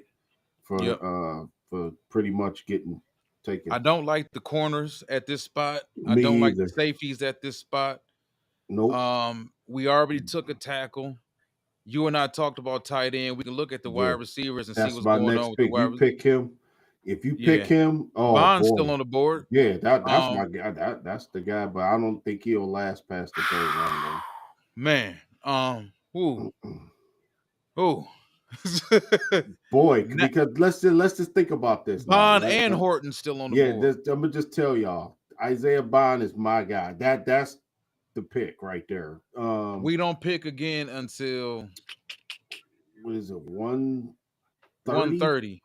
Yeah, now we could break our own rule and look at a trade. Try to trade. No, we'll have to do it tonight. Yeah, we don't have to trade tonight. Yeah. But it'll be interesting. So then we'll kind of know what we're looking at. If we don't take Bond's gonna go in the next 28. I mean, that's the thing. Like, but these are the types of things that Brad Holmes and Dan Campbell are gonna have to deal with. Like, you know what your needs are, but there's always players at other positions. Just like Raw Detroit just said, even Matthew Golden. Matthew Golden's gone too, though. Yeah, Matthew Golden's gone. But the thing is this, though. I love Savion Williams, Raw. Yeah, I will say this. We ate our vegetables first, right? Yeah. Meaning we took care of offensive line. We took care of edge rushers. So everybody should be happy right now. And if we go right now, we look at our picks so far. We took James Pierce in the 1st round, Wyatt Millam in the 2nd round. So now can we afford to have a little fun now? Even though wide receiver is considered having a little fun, but wide receiver still is a need. And I'm pretty sure y'all out there can agree. We talking about, you got questions about JMO. We know exactly what Amon-Ra St. Brown is, and I love Amon-Ra St. Brown. But we know exactly what he is as a wide receiver. We do need a different wide receiver skill set wise out there, because even Tim Patrick, he's like a pseudo tight end. He doesn't separate much. He's a tall guy with a big catch radius.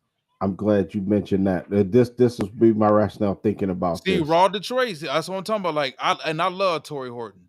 I love me some Torrey Horton out here, man. But I also like Jamari Caldwell. Think about that, yeah, because you could take Caldwell. Think about, and I'm gonna just give you my input since you're gonna make the pick. We're in a war room, so we talking about this. I like Terrence Ferguson at tight end. Terrence Ferguson's gonna be there on our next pick. You know what I'm saying? So if you took, I'm willing to sacrifice and not take Isaiah Bond, which I think he'll be dynamite with this. He'll play like the more rah-rah Khalif Raymond. He'll be better than Khalif Raymond's spot on this team. You know what I'm saying? Just Isaiah Bond is the guy, man, in my opinion. I'm going to check something out because... See it tied in it. Oh, go ahead. I'm going to see something with Jamari Caldwell real quick, because if he's liable to fall, we may be able to get him 30 picks from now, because he's rated at 118. Yeah. Yo. So we helped out the offensive line. We helped out edge rusher. I don't like the corners right now. I don't like the safeties. I'm not taking the linebacker. I'm not taking another edge rusher. So for me, it comes down to another interior presence at defensive line, defensive tackle, or the Now, wide who's that? receiver. Well, one thing, go see who's available at linebacker. Okay. Let's just see who's available. Oh no, Okay, Bassa, Barrett Barrett Carter. Carter, no, and I like Barrett Carter. Yeah, see Jack Kaiser, Dimitri Knight gone anyway. Yeah, I like Cody Simon. Yeah, he okay. yeah. Yeah, see, it's slim pickings now, man. As Far much, as and I like do like Caldwell, but I will say this: you could get a I couple will, other guys, man, later on, in my opinion. I mean, yeah. you Norman Lott is a guy everybody sleeping. Is Alfred Well, Collins? I Lot can't. gone too. Is Lott gone? You sure? Let me go. Let me go make sure. Let Yeah. me go make sure. Check Because the interior defense Norman line. Lott is. I'm surprised that every draft board I've been on, he's been like late. Yeah, he's gone. Norman Lott, no, Ty Robinson. Well, damn, they got him rated that low. Oh, yeah, we can get Ty Robinson we late too. take So I'm Ty good. Robinson in a minute. Run the card up there. I can Take Ty go ahead and Robinson. I'm gonna go ahead and think I'm gonna go ahead and dream a little bit, man. But let us know in the comment section what y'all thinking. I want to see what y'all thinking before I make this pick real quick. I'm leaning towards wide receiver myself, man. Trey Harris is gone too. Like all these boys is gone now. Wide receiver Alec Ayamanor, the Bears took him. He's gone too. I'm going wide receiver here mainly because to what you were saying earlier, there's a lot of defensive line talent still on the board. Yeah, for that matter. You can get them late, you know. Yep. So I'm gonna go ahead and lean towards wide receiver, man. As much as I like Isaiah Bond, we got speed out there. I just think Torrey Horton is just such a playmaker, man. Such a playmaker. Go He ahead, does make the pick. Yep. I'm cool with it. I'm cool with it. You know what I'm saying? I had no problem taking him at that spot. Okay. All right, let's see what happened in the draft. Yeah, Isaiah Bond with the next pick. They was thinking, oh, look at the Giants. Will Howard. They was reaching. Patriots took the tight end Harold Fannin Jr. Jacksonville takes 156-pound Tez Johnson. Raiders get another running back, Damian Martinez. See what they trying to do there in Seattle. Bills take a running back. Jets take Aeneas Peoples, defensive tackle from Virginia Tech. Panthers take Lathan Ransom. Kobe Bryant, cornerback from Kansas, goes to Carolina. Jamari Caldwell goes to Atlanta. Damn good pickup for them. Barrett Carter, Tampa. Yeah, I like Barrett. Yeah, wait a minute. all of our guys still on the board too. That's crazy. Who got Sorrell? Go back up. Did Broncos got Baron Sorrell? Yeah. Okay. Yeah. All of our guys still on the board too. Okay. So we going defense now, right? We got our receiver. You wanted to go linebacker is go linebacker first. Let's see who's available, please. And let's see here: Kaiser, Kobe King, and Cody Simon. Okay, go. Stutzman. He ran pretty good. Jay Higgins from. I think he was the defensive linebacker. He won a top linebacker in the Big Ten, if I'm not mistaken. I like Brew McCoy too, man. Just don't know what the hell he gonna play at the next level. Yeah. What about interior lineman? Let's see what we got. In the corner situation, we might have to the corner, so you might have to just say we handled corner in free agency. Cause go defense interior, Walt, please. Okay, interior D line. Yeah. Interior.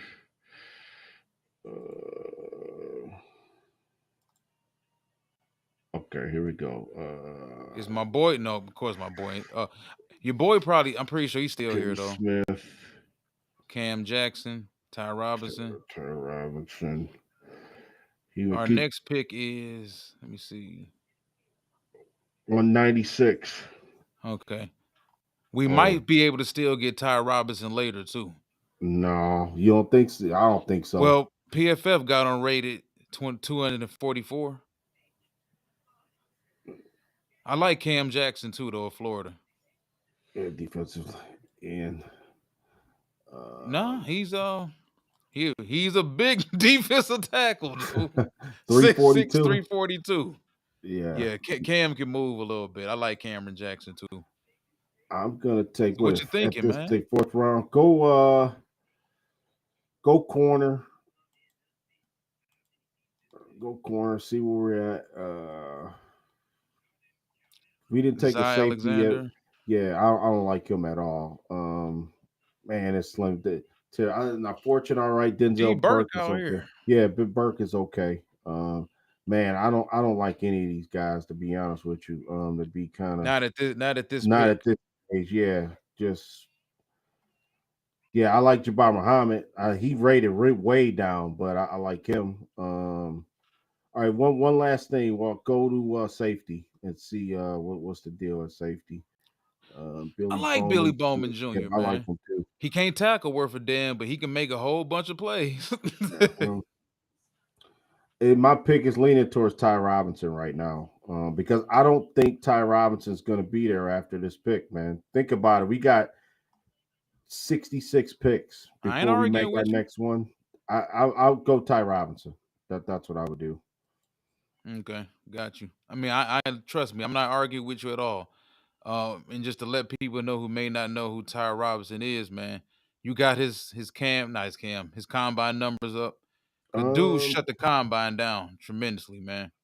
he's a Braden Fisk. He's a clone. I think he's He's bigger, but strong. 6'6", 310. Yeah, he's strong. Can actually move a pop, move his man in front of him. I mean, it's just ridiculous. The amount of power this kid has. I'm just surprised that he's just not getting a lot of pub. Maybe because he went to Nebraska, they wasn't like a high level, on TV type. People doesn't know. Really who he is that much. I listen. Shout out to Avery. Avery Yes, sir. got him on my radar. You know what I'm saying? And I would have no problem taking him in the fourth round, dude. I mean, I think we're gonna love this kid. You know what I'm saying? And he ain't a project. He's not a guy that's gonna sit on the bench. He's not a guy gonna come into training camp and wonder if he's gonna make the team. He'll immediately come in and be at least or at best a rotational piece. So that's what we need, man. In my opinion, the fourth round is still for him at this point. I got you. Um, All right, so okay. we in the sixth. I like Seth Hennigan too, and I was thinking about 7th round going after him. I like Seth Hennigan a lot. All right, so let me see real quick. I'm going to look at because so far, if we recap, we went edge in the first round, Uh-huh. tackle in the second, wide receiver in the third, and defensive tackle in the fourth. We got 1 6th round and 2 7s coming up. I'm definitely not going safety. Let me see what the cornerback room looks like over here. Jalen Smith. Jalen Smith fast as hell too. Mm-hmm. Fast Yeah, as USC. fast as shit out of USC. Mm-hmm. Jason Marshall Jr. played a ton of football at Florida, former 5-star recruit. Fentrell Semperis, Tommy Hill, Mac McWilliams, a decent corner, also out of Central Florida. Jay Adams. Right now, most of those guys gonna be available soon. Mm-hmm. Let me go interior O line. Jake Majors. Okay. Miles Frazier. Oh, run the card up there. Miles Frazier. Absolutely. Well, good pick. Man, So we I got couldn't tackle believe. help and we got guard help. Yeah. Okay. Next pick for me. I Jimmy already Horn know. Jr. They took him, them damn Chiefs. Yeah, well, go to let's see, we got a receiver. Go linebacker. That's exactly where I want to go. Go linebacker. I like Teddy Buchanan. He had a great workout from Cal this past combine linebacker. Super fast, make a ton of tackles. That's what you want? Um Mondon's there. You don't like Mondon at all. That's my guy. Kane Madrano. Now Madrano was he ran the Nick Martin. Wait, ho. Nick Martin on the board? Oh. They got Madrano ahead of him because they had a couple guys ahead of him, but Madrano was like the top linebacker. He ran the top 40 time. So Definitely. last year, the top 40 time was what's the kid from NC State, Peyton, what's his name? With the Steelers. Can't think of his name, the linebacker. Oh, Peyton Turner. Peyton Wilson, I think is his Peyton name. Wilson. Peyton Wilson Peyton out of Wilson, yeah. NC State. Yeah. NC State, yep. Mm. At tight end, my guy is my guy Bloodlines, Arondé Gaston. I mean, I wouldn't take him here though. Yeah, Terrence Ferguson is gone, right? Yeah, Terrence Ferguson Yeah, gone. that's my guy. Okay, Walt, I'm taking Nick Martin from Oklahoma State. That's linebacker. A linebacker. Yep. Okie dokie. This your guy. You passed on every other linebacker ahead of him. Yeah, this my Brad Holmes reach pick, but I think yeah, Nick had some issues this season. Only played in 5 games. yeah, But he had great workout, man. I like this kid. I think fast. Everybody kind of gave up on him. I like him, man. Good in the passing game too. You know what I'm saying? So okie dokie. Let me get over here and send this card up. All right, so I'm thinking now best available player. Yeah, we got a last pick. Yeah. Go running back. What's up at running back? Is Donovan Edwards on the board? Hell no. The running back? Man, dude, Donovan, and I'm a Michigan fan, he's bro. Still there. Go to running back. I bet Donovan Edwards is still on the board. Who was the most who had the more overrated Michigan career? Him or Jabril Peppers? By far Peppers. I think Peppers did. Yeah. I think Peppers. Who you want to look at? You want to see what the running backs look like? Yeah, just intrigue. Jackson, Montrell Johnson, Raheem Sanders. Raheem played a bunch of. Yeah, I knew he would be available. Yo, I knew he would be out there. He got guys ahead of him. He still got guys ahead of him. All right, so far we went edge, we went tackle, we went wide receiver, we went defensive tackle, we went guard, and we went linebacker.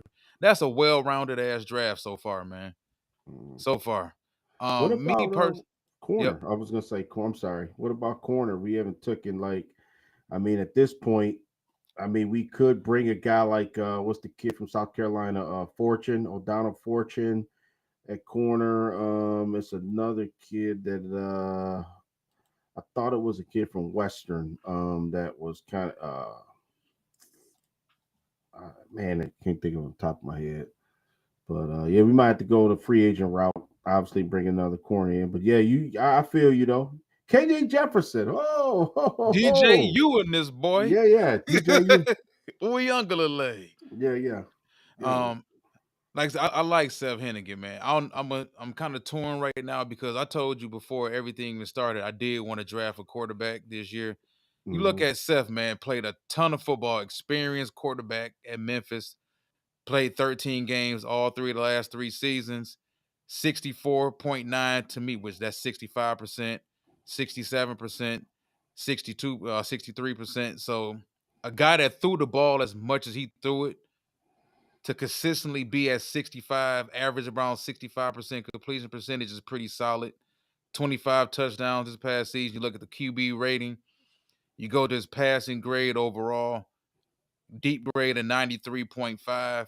He has a grade of 88.1 with no pressure. He has a grade of 50.3 pressure, which only makes sense overall.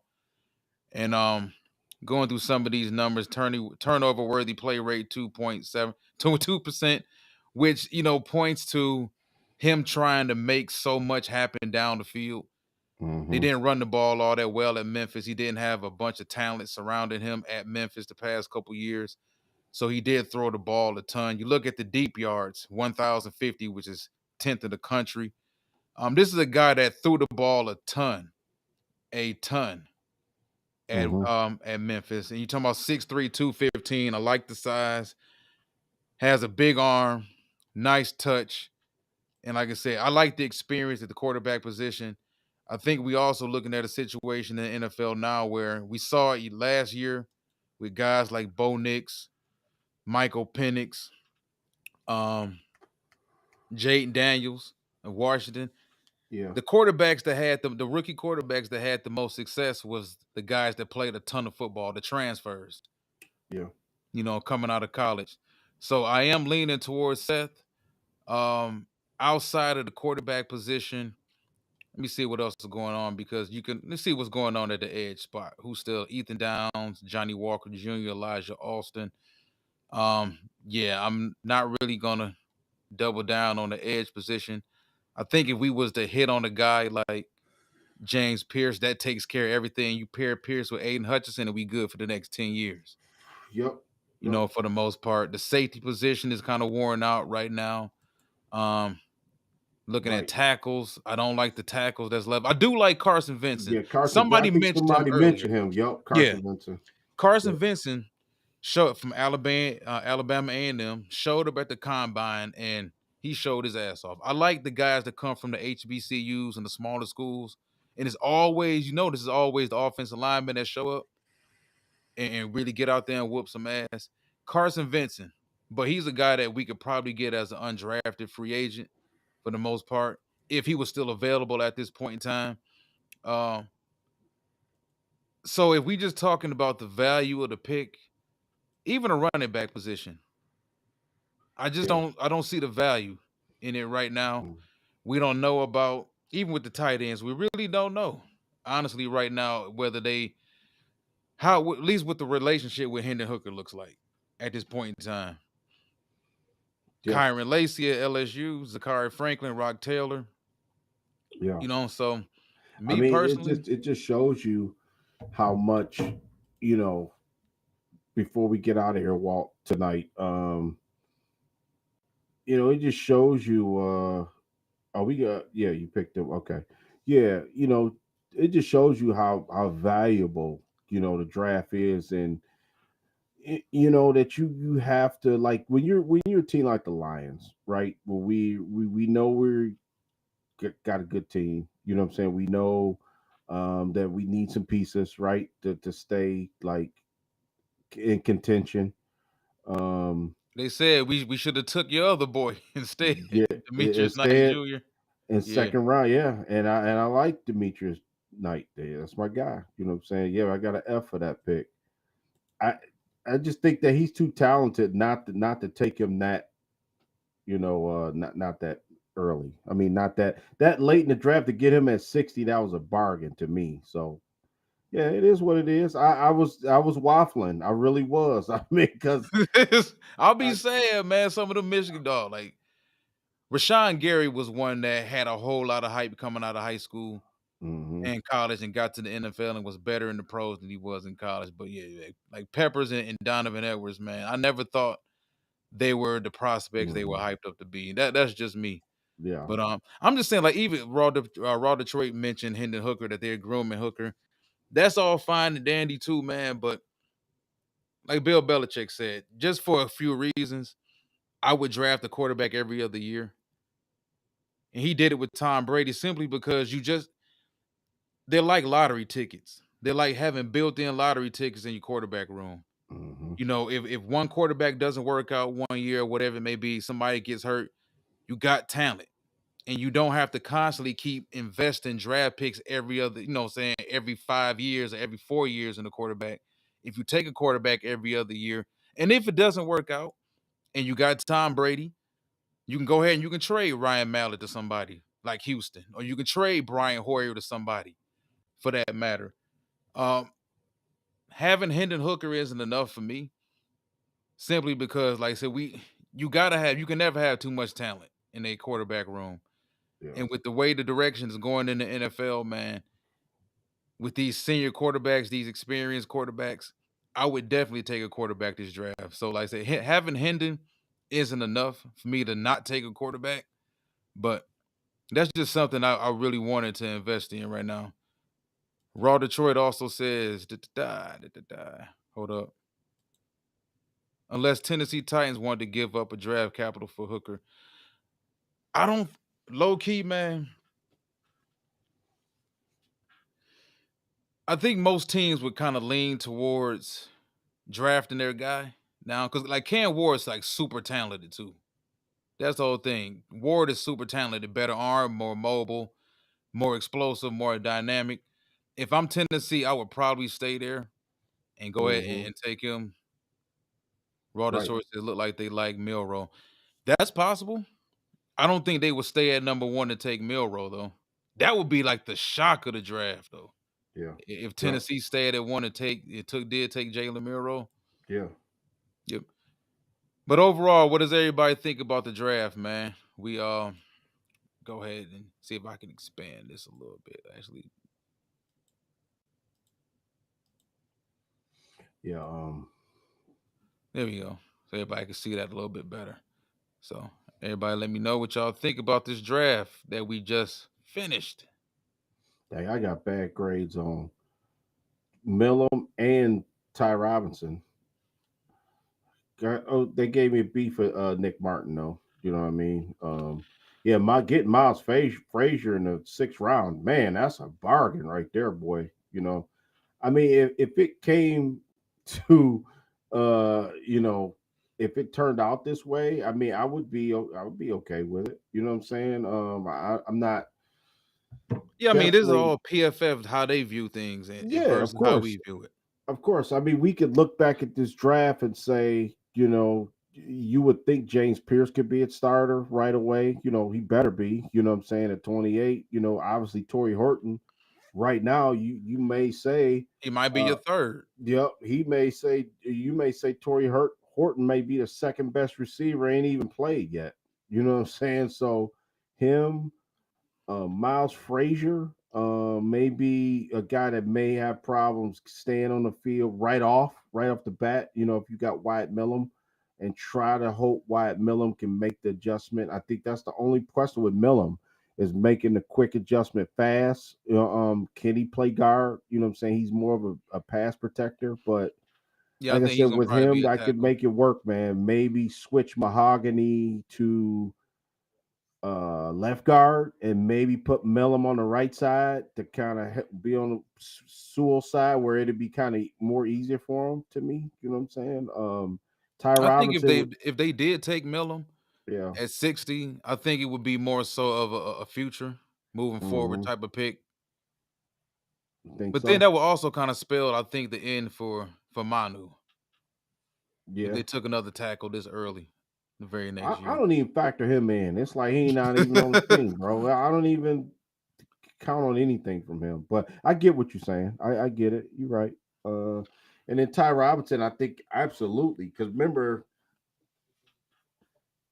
Elaine McNeil might not start the season, right? He might be second or third, 4 weeks out before he even plays, right? So we need somebody to play that role. I mean, who's gonna? I mean, you know, are you expecting like DJ Reader again to? No, and Reader's fine, but what I'm saying is you need somebody next to him, right? I don't They think put way too Kaminsky. much on his plate last season, and it wasn't Yeah, their so fault. They just needed him to. right. You got to get a man some help, man. You know what I'm Yeah, saying? And so McNeil, I just feel uneasy with rushing these guys back so true. fast. And I think that Ty Robinson would be perfect, you know what I mean, for, you know, getting them in there. And usually defensive, you know, interior lineman usually can catch on the quickest. You know what I'm saying? Because basically he just has to be a space eater. And then and Nick Martin, I think Nick Martin starts right away, in my opinion. You know what I'm saying? He may be the fastest guy we got at linebacker right now, if this is just how it turned out. So I like it though. You know what I mean? I'm disappointed not getting a corner, maybe not getting a safety we can groom, you know what I'm saying? But I'm cool with it. You know what I mean? We could make it work. You know what I mean? We could make this draft work because reason why I say that, yeah, just like Spirit of Detroit said, we got 3 starters. You know, Torrey Horton's going to start, James Pierce going to start, and I think Nick Martin's going to start right away. You know what I'm saying? So, and possibly Ty Robinson due to injury Where then once Lee McNeil comes back, he can be part of the rotation. Remember, we need three guys. Who's the other guy? Past Lee McNeil Reed. Who's the third guy? Remember, we had Pat O'Connor, we had Pascal, Miles Adams, we had guys that were just off the street, man. So people got to think about that. So you Levi, got to, Onwuzurike, yeah, Anzarike, yeah. Makai So Wingo. yeah, Wingo, yeah. I'd rather have Ty Robinson. I mean, you know what I mean? A healthy Ty Robinson's better than those guys, in my opinion. So, Yeah, yeah. A couple issues I had, like I said, even with Wyatt Millum. I do like Wyatt Millum. There's probably a couple other tackles that were on the board that if we would have went tackle, I would have went in those directions. Aside from that, I don't have an issue with nothing else. I'm cool with the Ty Robinson pick. You talking about 6'6", 310. This provides you something that they don't have on that defensive line. Everybody else is 6'1", 6'2". Yeah, now think about DJ Reader 6'1", Aleem is 6'2.5". Pascal is 6'2", Levi is 6'2", Makai Wingo is 6'1.5", 6'1". Adding a 6'6", 310 Ty Robinson with that type of length, like he's built like JJ Watt. And you look at the yeah. explosiveness, everything he showed at the combine also shows up on tape. I think he's a very underrated player. We got a couple. Well, if you think about it, we can label this the underrated draft, aside from James Pierce, because Torrey Horton, you and I agree. Some people in the comment section agree that Torrey Horton is really underrated. Ty Robinson really underrated. Miles Frazier can play three different positions on the offensive line at 6'5", 325. He's very underrated. Nick Martin, another underrated player coming out of Oklahoma State, a school that they're very familiar with. And then Seth Hennigan of Memphis, a guy who Mm-hmm. threw the ball a ton, another super senior that played a ton, played some real good competition.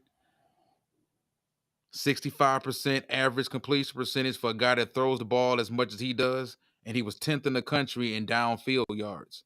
So for a guy to be 10th in the country in downfield yards and still average 65 to 66% completion percentage, I think is pretty good. And you can never have too many corners, man. Raw Detroit says, "What up, Raw? Robinson gives you size, girth at the position. Damn right. And Mm-hmm. athleticism and explosiveness, and a guy that gets after the quarterback like his hair is on fire." Mm-hmm. Raw Detroit also says, "Don't worry, Brad has 100 cornerbacks on speed dial." Get Dre Bly on the phone. Yeah. Yeah. Yep. So we Yeah. agree. I think this right here, the next draft is gonna probably look completely different, but I think this right here is a pretty solid draft overall. Added to what we already have, coming back from injury, the guys that we already added in free agency. I think this would be a pretty solid draft. I don't like the fact we didn't get a safety. Like you said, we didn't get anybody in the secondary. We didn't get a safety and we didn't get a corner, but we did help out our offensive line. We helped out the defensive line, and we for damn sure helped out the pass rush with James Pierce. And we also got us another explosive pair of young legs in Torrey Horton, somebody that's 6'3", borderline 200 pounds, that can do everything that you need him to do as far as a prototypical X. He played outside at Colorado State. He played inside in the slot. They gave him, and this is the thing about Colorado State. If I was a big time weapon, I would love to go there because they going to extort you, boy. People Mm-hmm. forget when Trey McBride, Arizona Cardinals tight end. I love Trey McBride when he was coming out. When Trey McBride was there, they used the hell out of Trey McBride. And then as soon as Trey McBride left for the NFL, Horton stepped up. They used the hell out of Horton. So they going to for damn sure force feed you the ball. But you talking about deep posts, you talking about corners, you talking about slants, you talking about deep outs, you talking about the comebacks, curls, end arounds. Put the ball in his hands, give him the ball in space. He's going to make the first dude miss for sure. I think he's a third down guy that Jared Goff is going to love. So Yeah. people Yeah. may say wide receiver, oh, that y'all took a wide receiver. That doesn't make sense. It makes sense when you look at how Washington defended us in the playoffs. All I saw was, okay, so it's obvious that when certain teams get over on us defensively, they know exactly what Amon-Ra St. Brown's route tree is. They shut down the rubs. They shut down all the mesh. And then it kind of renders St. Brown irrelevant because St. Brown isn't going to really attack you vertically. So all you have to do when you're defending him is sit basically from 10 to 20 yards and stop everything underneath from him. They already know if we're going to get Jamo the ball, it's going to either be on a gadget play or a post. That's too damn easy to defend. So we need a third guy that can do all the other things that those two guys aren't really that good at.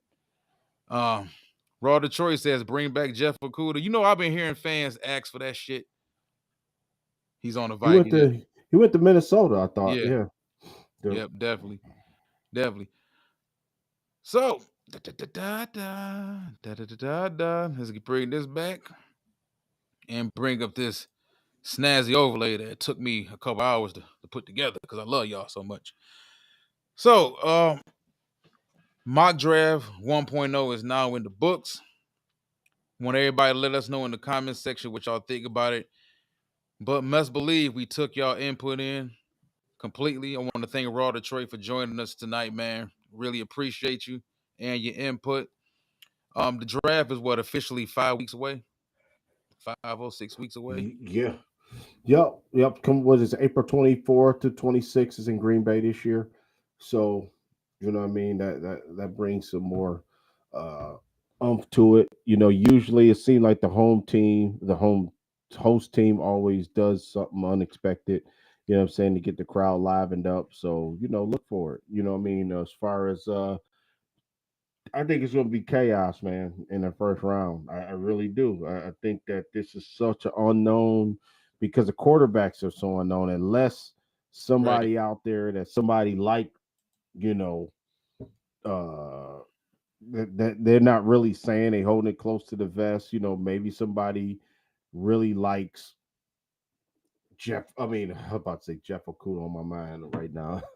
If somebody really likes Shador Sanders or Cam Ward or Quinn Ewers, or you know what I'm saying, is somebody gonna, you know, pull a next Christian Ponder and draft one of these guys, you know, in the first 10 picks and EJ ruin the whole Manuel. first round? Yeah, EJ Manuel, right? So Mitch Trubisky type situation. So yeah, I like all my guys, man, that I got on my board here. You know, Nick Martin, Demetrius Knight. I'm still kicking myself because I think he's such a good play. He's such a good linebacker, man. He's such a good linebacker.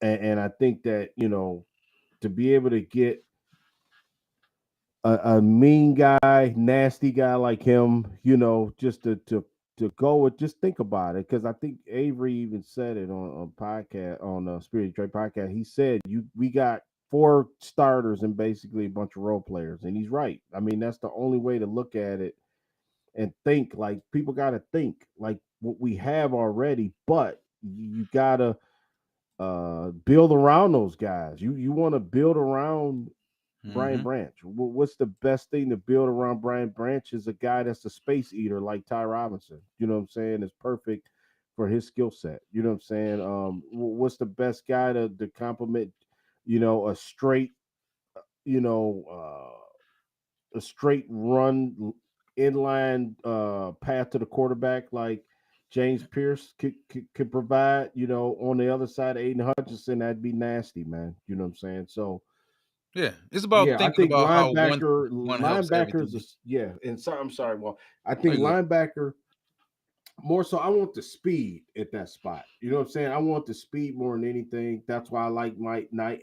That's why I like Nicholas Martin so good, so well. And he didn't really catch my eye during game time, but I think that was a situation where I think he made a little bit of money for himself at the combine for his performance, man. I think his individual drills, people see that he can get out of his breaks pretty quick. You know, he does. I think the 40 time helped him, you know what I mean? Even though he may be a 4th or 5th round, I didn't have him, like, I think we got him in the 6th round, I think it was, Nick Martin, but I think he may be a little bit better. He may be drafted sooner than 6th round. I'd be shocked if Nick Martin doesn't go in the first 4 rounds of this draft. So, you know, we'll see. I mean, people drop down the whole every draft. It's a lot of guys. You like, damn, this guy was here. You know, this guy didn't get Definitely. drafted, you know, at all. So Yeah. This is 1.0. The next week, you want to do, I in would a say we week. probably give it a couple weeks. Yeah, and then we Come do our back. 2.0. Okay. Yeah. Uh, Another reason I was pushing for safety so much in this draft, especially, well, mainly Nick Imiura of South Carolina, is the fact that, like I said, for a team that played with safety almost 90% of, well, three safeties almost 90% of the time, he's kind of a souped up version of what we wanted Ifeatu Melifonwu to be. He's a bigger, more physical, better ball skill, more athletic version of him. And you and I have complained about the cornerback position for so long here. Adding that third playmaking safety right along with Kirby, somebody else I think that can play, somebody that can completely help shut down the back end right along with Kirby. That would allow us to take Brian Branch and move him back to nickel, which would upgrade our cornerback room. So now you would have a situation where, okay, your starters more than likely are going to be DJ Reed and Terrion Arnold. And then you let everybody else fight it out from there. A Meek may not be ready until they said around the same time Aleem McNeil may be back. So you're going to need Branch more than likely to play a little bit more corner this year, a little bit more nickel. And I'm a big Nick Imiura fan for South Carolina, bro. I already told you, Mm-hmm. watching him play last season and this past season, dude looks so much like Sean Taylor to me. It's crazy. And I'm not saying he's Sean Taylor in the box, No. but the athlete that Sean Taylor was on the back end, I think Nick's gonna be special, bro. And everything I hear about Nick coming from South Carolina, that he's a great kid. Everybody said about him in all the interviews that he interviewed well. He's a great kid on and off the field. He eats, sleeps, and breathes football. And they love that here. Now, I'm not saying to take a safety at 28, but if Mm-hmm. Nick was there at 60, I would have had a hard time passing on Nick Imiura at 60, because taking Nick, and the reason we talk about these other positions is because one position helps everything else out. It's a funnel. Having another dynamite safety allows us, like I said, to take Brian Branch and help out the cornerback room. Because Mm-hmm. Brian Branch might be our best corner, but Yeah. he's our safety. So, Right. just thinking about the trickle down effect of where it could help, being able to have Brian Branch, having another safety back there, because we talked about Malachi Starks as well. Having another safety on the back end, a versatile safety, fast, athletic safety like Kirby. Now we can take Brian Branch. We can play Brian close to the line of scrimmage now, closer. We can blitz him more. He can play more in the box. He loves to play downfield. He's a short tackler. He likes to blow things up. He's damn near Brian Dawkins' clone. And I've been saying that for the past couple years.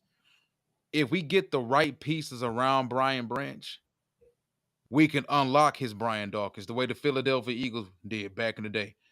Might be date myself, but people who was alive back then in the early 90s, Mm-hmm. Brian Dawkins, Bobby Taylor, Troy Vincent, Hugh Douglas, all of those defensive linemen they had, as talented as Brian Dawkins was, Brian Dawkins had a ton of protection around him that allowed him to freelance and be who he was and be that instinctful, impactful safety that he was, the X factor. So you hit the nail on the head, what you said a few minutes ago. We're thinking about building a team that's going to accent everything we already have. Mm-hmm. The Brian Branches of the world, the Kirby Josephs, the Aiden Hutchinsons when they come back, the Aleem McNeils. Yeah. So overall, I think we had a pretty good draft. Anything you want to say to these people before we get up out of here? No, I mean, we'll be back this week, obviously, with some more. I think we should maybe dive into, free agency one last time, maybe go a trip around the league, you know what I mean, and document, or maybe what we'll do this, maybe our division, you know what I mean, kind of look at all the free agent acquisitions within our division, and kind of line it up, put it on the tee for everybody, you know what I'm saying? It's before the draft, just rate Chicago, Green Bay, Minnesota, obviously those teams in our division. So it'd be good to have a good, healthy conversation about those teams as well. Definitely.